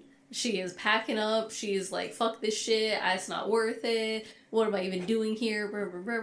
She's packing her stuff. And then as she's finishing packing, she looks over to little old Ben sitting on the porch watching it rain. And you're just, she's thinking of her dad. And this man is not your dad. Jill warned you. Like, you are so attached to the idea of, I guess, saving him.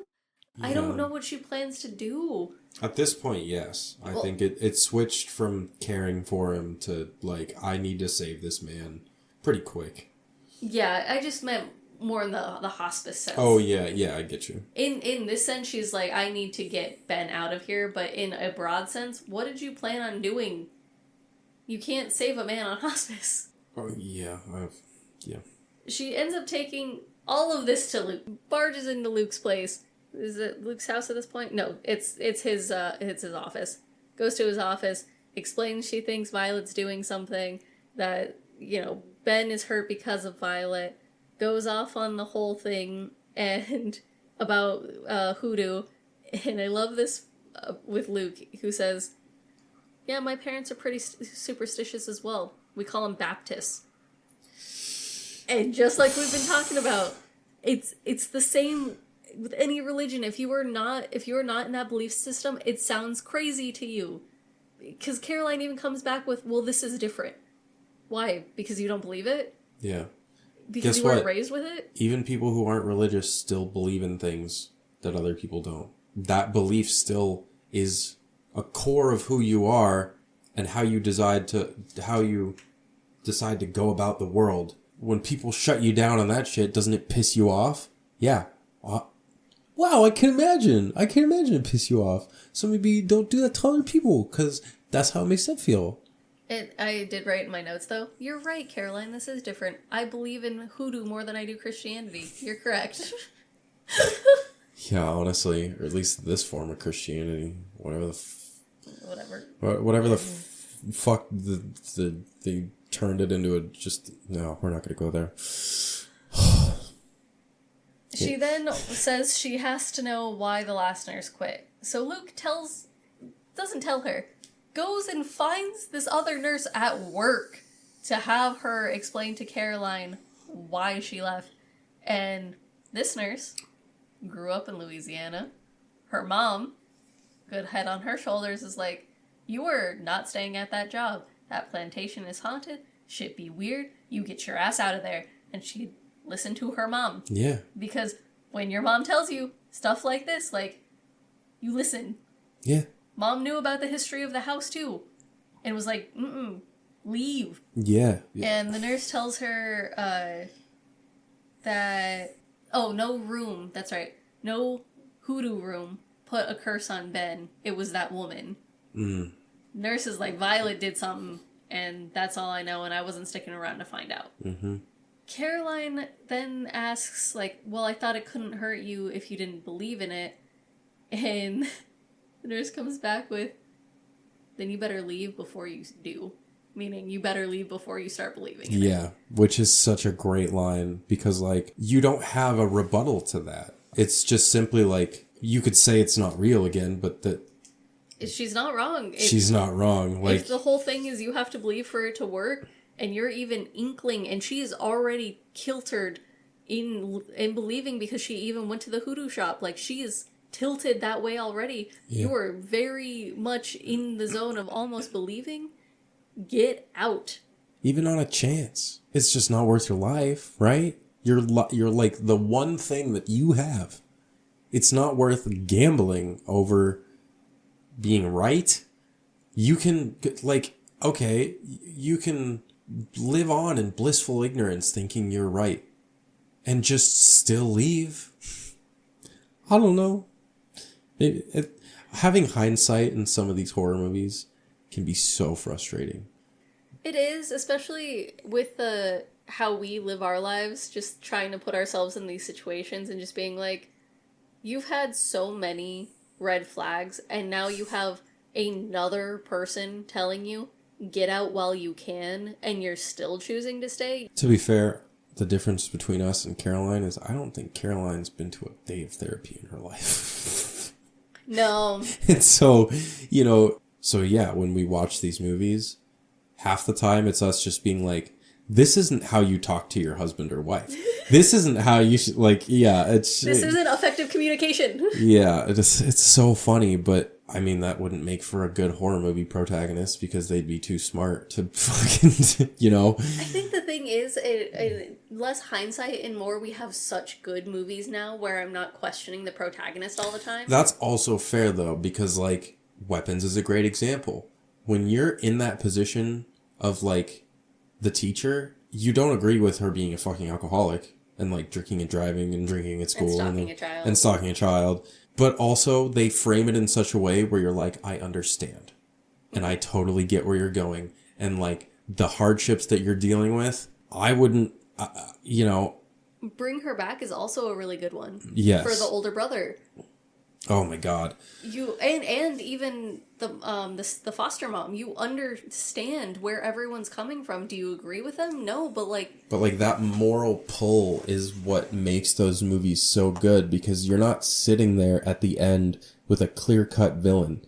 You're sitting there at the end feeling shitty almost, because, but not in a bad way, but like in the way that horror movies make you sit there and think about like just everything. Like, what would you do when you were pushed beyond your breaking point? What would you do when the existential dread hits 11 on that scale and you break? What do you do when you are standing there faced with the fact that this is your life for the rest of your life?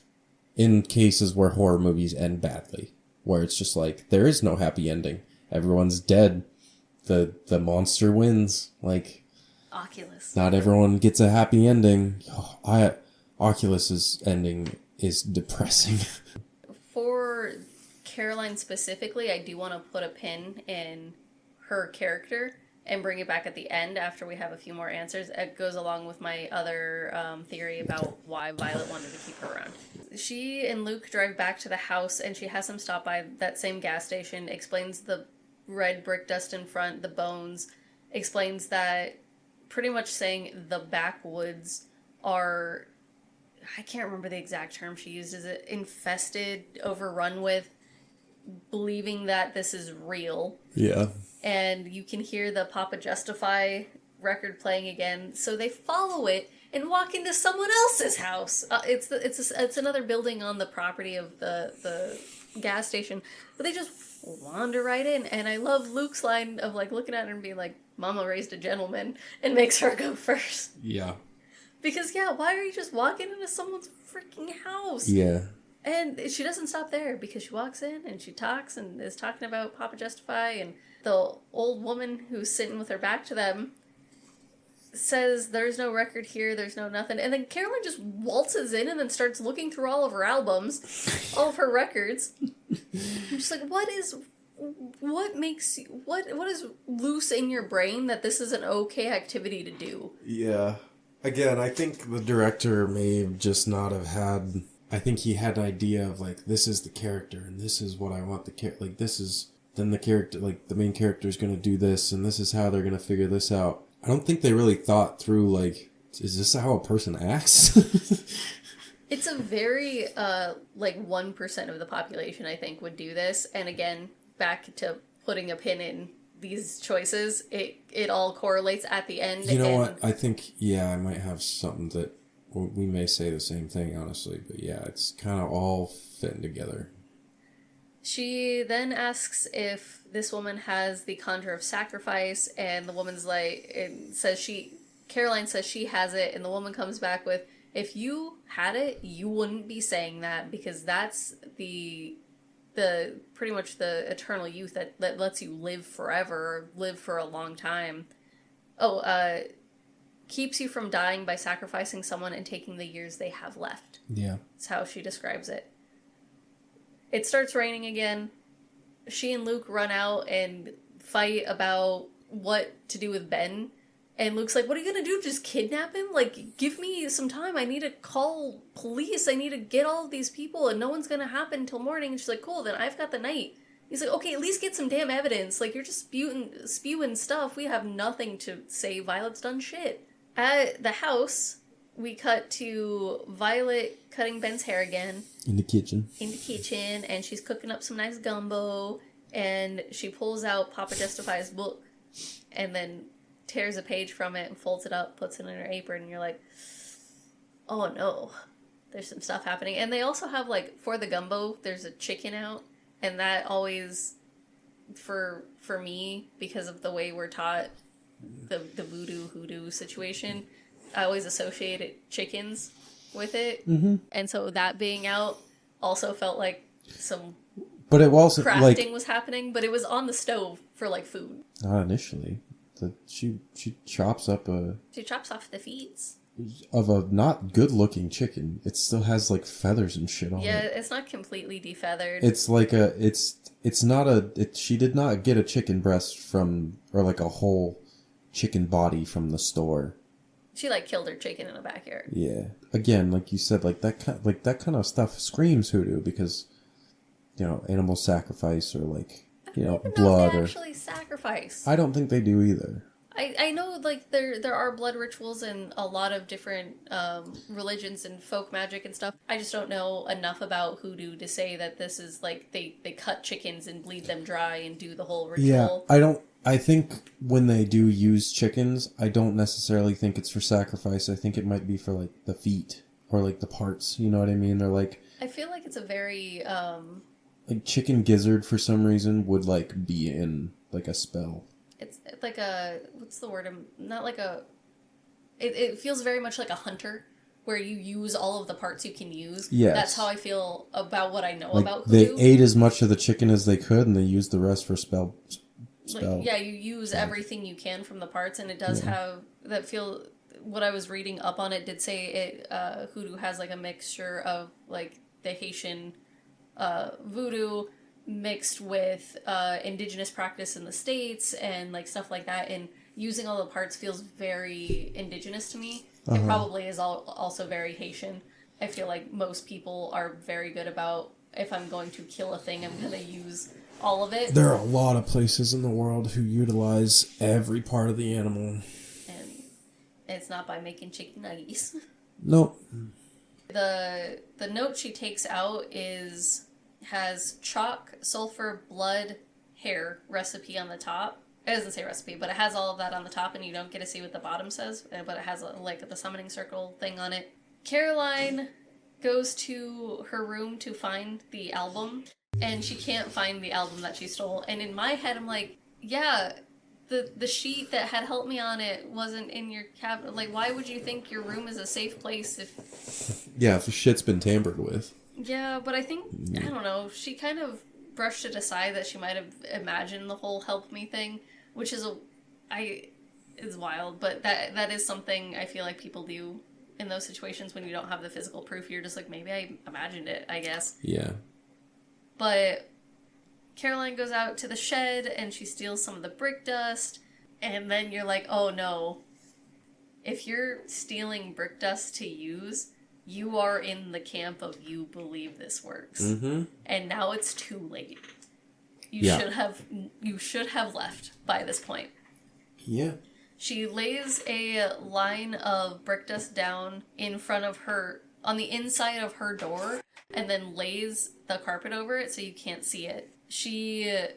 then calls out to Violet to come look at a leak in the ceiling, and Violet stops at the door and does not go in any further. And Caroline pushes this multiple times for her to come in, and I'm like, she didn't come in the first 2 times. Why are you pushing it like 3 more? Yeah. I feel like she could have stopped, but then she makes the whole situation weird by just continuously pushing. She's like, I just really think you should come look at this up close. And Violet's like, no, it's fine. I trust you. Like, you do your thing. And then she's like, well, I need something, like a tool maybe. I don't remember. I don't know. And then Violet asks, holds it out. Holds out a rag and is like, oh, do you want this for the sill?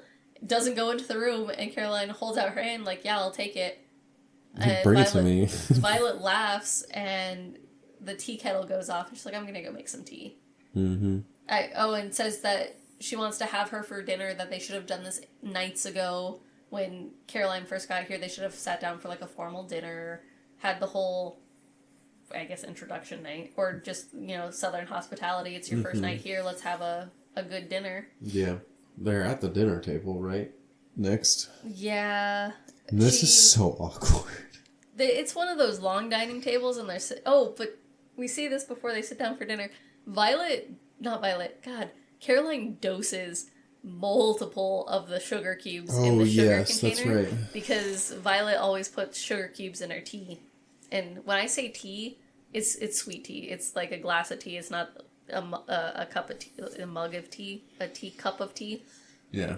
Now they're at the table, sitting across from each other at this long-ass table. Caroline refuses to touch the gumbo because she thinks Violet did something to the gumbo, and Violet is not putting the sugar cubes in her tea, and you kind of get the inkling that she thinks that Caroline's onto her. Or messing with something. Yeah. Because Caroline, again, pushes the thing, and she's like, you're not going to have sugar in your tea? You always have sugar in your tea. Why wouldn't you want to have sugar in your tea tonight? She's like, I just don't want tea in my... Or I don't want sugar in my tea. It's fine. She's like, I don't want tea tonight. I'm not feeling it. Or something like that. Yeah. Fucking very just like... She's being very suspicious, is what she's doing. Yeah. They argue more about the ghosts and seeing them in the mirror and whether or not they believe. It's a whole, again, just situation where I feel like Caroline's forcing issues that she shouldn't force. Just eat your gumbo and get on with it. The electricity goes out. Violet goes to get some candles. Caroline's been trying to dismiss herself from dinner for the past few sentences, and it's not happening. And while Violet leaves, she also takes the sugar container with the cubes in it and takes it away, and Caroline looks at her like, oh fuck. So she laces her tea instead, just dumps half this vial into her tea. Yeah, and Violet pushes more about the electric too, being like, oh, was that the storm or ghosts? Just dismissing this woman's fucking belief systems again. Whether or not you think she's hurting her husband, you're putting yourself in a compromising situation. You're being just a straight up dick. Yeah. Why? Yeah, I don't get it either. She straight up ends up asking Violet, what did you do to Ben? And my notes got, cut. Oh, shit. No, just, the sentence is cut in half. Violet's response to the, what did you do to him is, I'm his wife, I will do whatever the fuck I want to him. Yeah. And Caroline just then keeps saying, Ben's not safe here with you. He needs, it's weird. She's pretty much kidnapping Ben from his wife. Yeah. And in any sane situation, if this was not what we know it is, she needs to be arrested. Yeah. Violet gets up, and the drugs are kicking in. She's swaying, and she ends up collapsing. And she pulls out a piece of chalk from her apron and says, you don't let him leave this house, you won't take him with you. And she's trying to draw a chalk circle, and she pulls out the recipe from her apron, and you see it has protection on it. Caroline steals it, then ransacks Violet's room, taking jars of brick dust and just so much shit. And then under her bed she sees one of those circles, and you're just like, oh fuck, what's happening? Yeah. She gets Ben into his wheelchair, and instead of taking the lift, she wheels him down manually down the stairs, which I don't really know if that's going to be faster or not, but sure. Also, to trust your own strength enough to not tip him. Yeah. To not just yeah. Yeah, could not be me. I would take the lift. She gets him into his So car. you drugged Violet. Like, what, do you think the drugs are going to wear off in 5 minutes? I don't know. I'm sorry. No, I'm like in the same boat. Like I'm trying to think of how long it took her to ransack Violet's room and then get Ben dressed. Because she did it pretty quick. I mean, how long does it take to get an old man dressed? I don't know. Is he naked? I don't know. We should ask Liz. Is he naked? Is he naked? Where's his Jackie? That's what the other one is. She hates when you do E's. Oh my god. On words. So she gets him into the car. And then drives down to the gate, and this gate is never closed, and it is closed and chain padlocked shut this time. Violet knew what was going on. She had this plan from the start, man. Mm-hmm. She rams it once with her VW little bug and gets the gate bent open a little bit, and then she, like, rewinds? What? Reverses. And then tries to go again, and whatever she does, she loses control of this freaking vehicle. It's a straight line, my guy. I don't know what she did. She runs into a giant planter. I mean, it's just like... Poor Ben is getting tossed around. He's just sitting there like... Violet ends up waking up around this time, and she gets a shotgun from above the mantle, because you live in the South. Of course, there's a shotgun in the house somewhere. Yes. Caroline puts Ben in the shed and covers him with a tarp, saying, "We just have to hide you. I'll come back for you." And could you imagine being immobile and some woman just laying you in a shed, covering you with a tarp, that if she doesn't come back for you, no one is? Oh no, my first thought on that floor would be like, I'm gonna die on this floor. Yeah, you just gotta lay there and die, I guess. Caroline goes to the rowboat, and Violet shoots at her once or twice and misses, and she rows herself down to a house that's having a house party, gets a ride to Luke's house in the middle of the night, where she dumps all of the stuff she collected from Violet's room onto his couch, is explaining everything, and he comes over and he's like, "Slow the fuck down, what are you talking about? Go from the beginning, my guy, like, what?" And then he gets a phone call, and it's Violet, and he turns on his little tape recorder, and he's like, "I'm gonna go record this over here." And he goes into another room to record the conversation. And she starts snooping. Again. And not just like, this man has bookshelves and things on his bookshelves, you know, and if I was in his room, I'd look around on the bookshelves to the things you have displayed, because that's why people have displayed.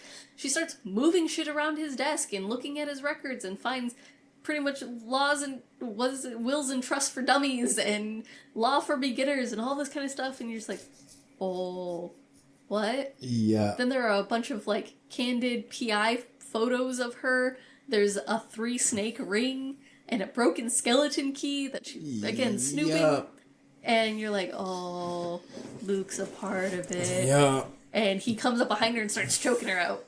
That one, I want to say that I like, had an inkling, because I think I did, but it was very subtle. Mm. It was like, this guy's not just here for nothing. But maybe, because sometimes they put that character in, and then that character actually does end up, like, helping the main character later, you know what I mean?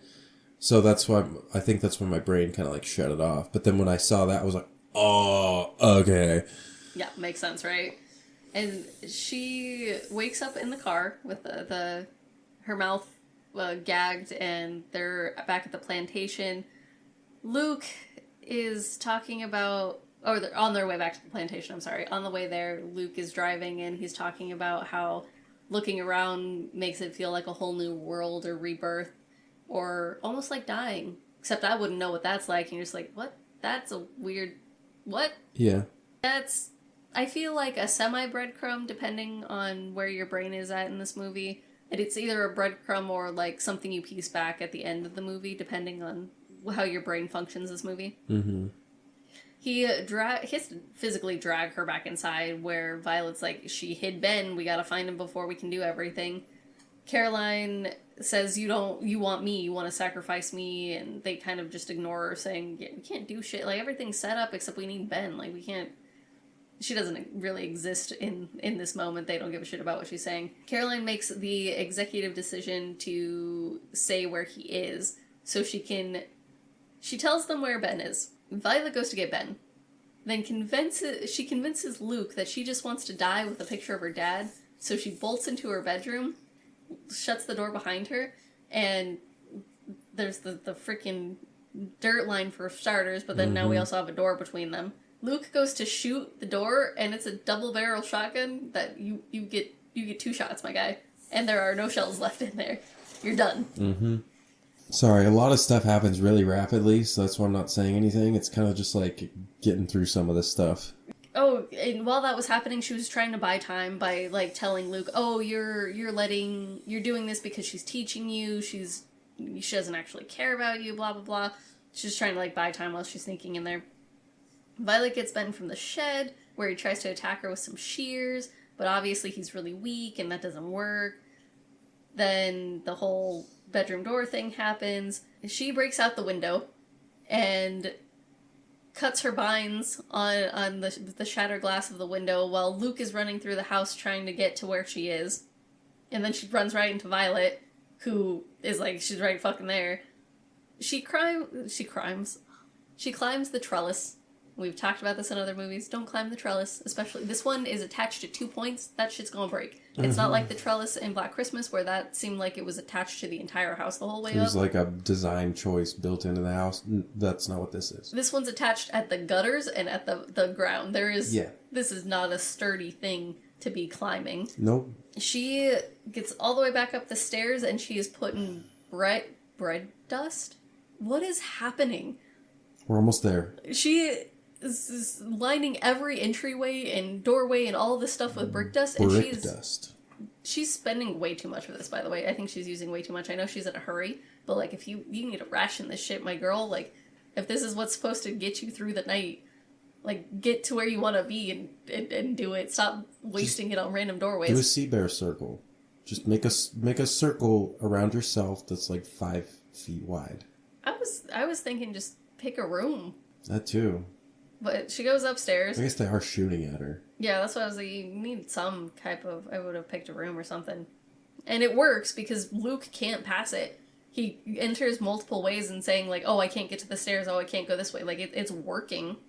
Yeah, he's like shouting to Violet, being like, she's here! Being like, I can't get to her! You know, as she's like running up the stairs. Yeah. Yeah, and while she gets all the way upstairs and runs right into Violet, and spry old lady here, I don't know how she got upstairs. Yeah, I don't know. They get into a fight, and I don't know what happens. There's lots of movement, and Caroline tosses Violet down the stairs off the railing. This splats on the main floor ground, and you're just like, oh, that hurt. Uh-huh. Caroline does have a brief moment of, oh my god, what did I just do?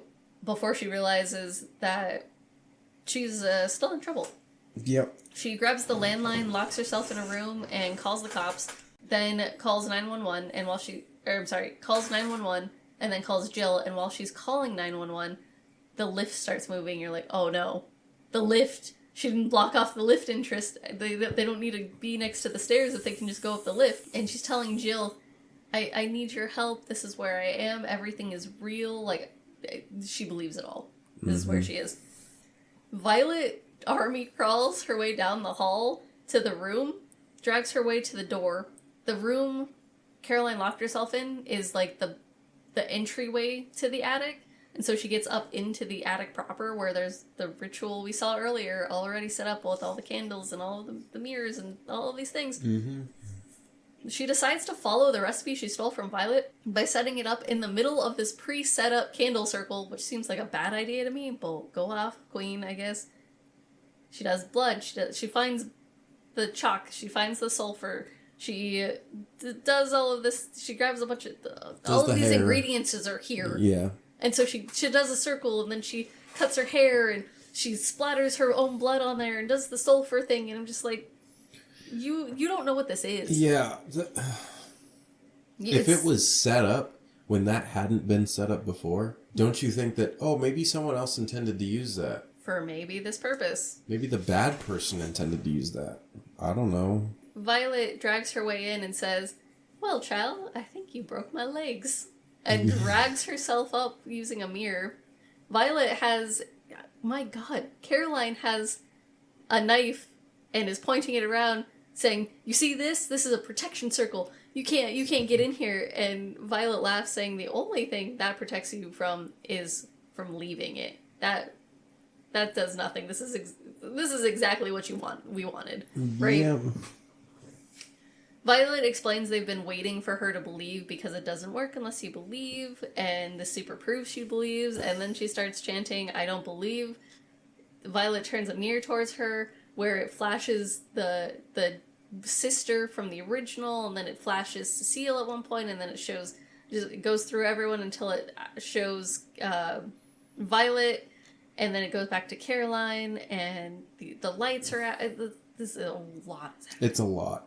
Violet screams, and then the mirror flashes as Violet, then Mama Cecile again, and then the mirror gets flung at Caroline. Mm-hmm. And everything, like, stills for a second. Well, it hits her and knocks her down. Oh, yeah. Sorry, yeah. Hits her, knocks her down, glass shatters everywhere. Then everything's still. And the lights slowly start trickling back on, and Caroline wakes up, and she looks over at Violet's body, and takes one of those cigarettes, and takes that lighter, and lights one up, and I'm just like, yeah, that makes sense, until she says, "Thank you, child." In a southern accent. And Luke comes in and says, "You all right, Cecile?" And you're just like, oh. Uh-huh. And Cecile's like, "I told you I wanted a black one this time," which I don't feel comfortable saying that, but that is a direct quote from the movie. Yes, it's okay. It's a quote. Which, and, like, I get it. I want to be in my own skin, right? Like, you want to be comfortable. Yeah, but Luke makes the point that they never stay. Yeah. Because the nurse they talked to earlier, the one with her mom, was also a black woman who was smart enough to get the fuck out, and so Luke's proving the point of they're too smart to stay in a house where they know shit goes wrong. Yep. And he explains, "But it looks good on you. Like, it looks better than everyone we've had so far." Yeah, names off random people to just give you an idea that, like, they've done this a couple times. Mm-hmm. Names off Grace and Violet, and I think it's at least those two. I don't know if he says another one. And then the cops arrive. Yeah, the cops arrive, and you can hear Caroline talking to the EMTs about what happened. Like, "Oh, we just thought it was a fall, but it's much more serious than we thought." And then Jill comes up. She's like, "What the hell? What happened?" And obviously... Caroline's like, "I called you?" Obviously does not recognize who the fuck this bitch is. Yeah.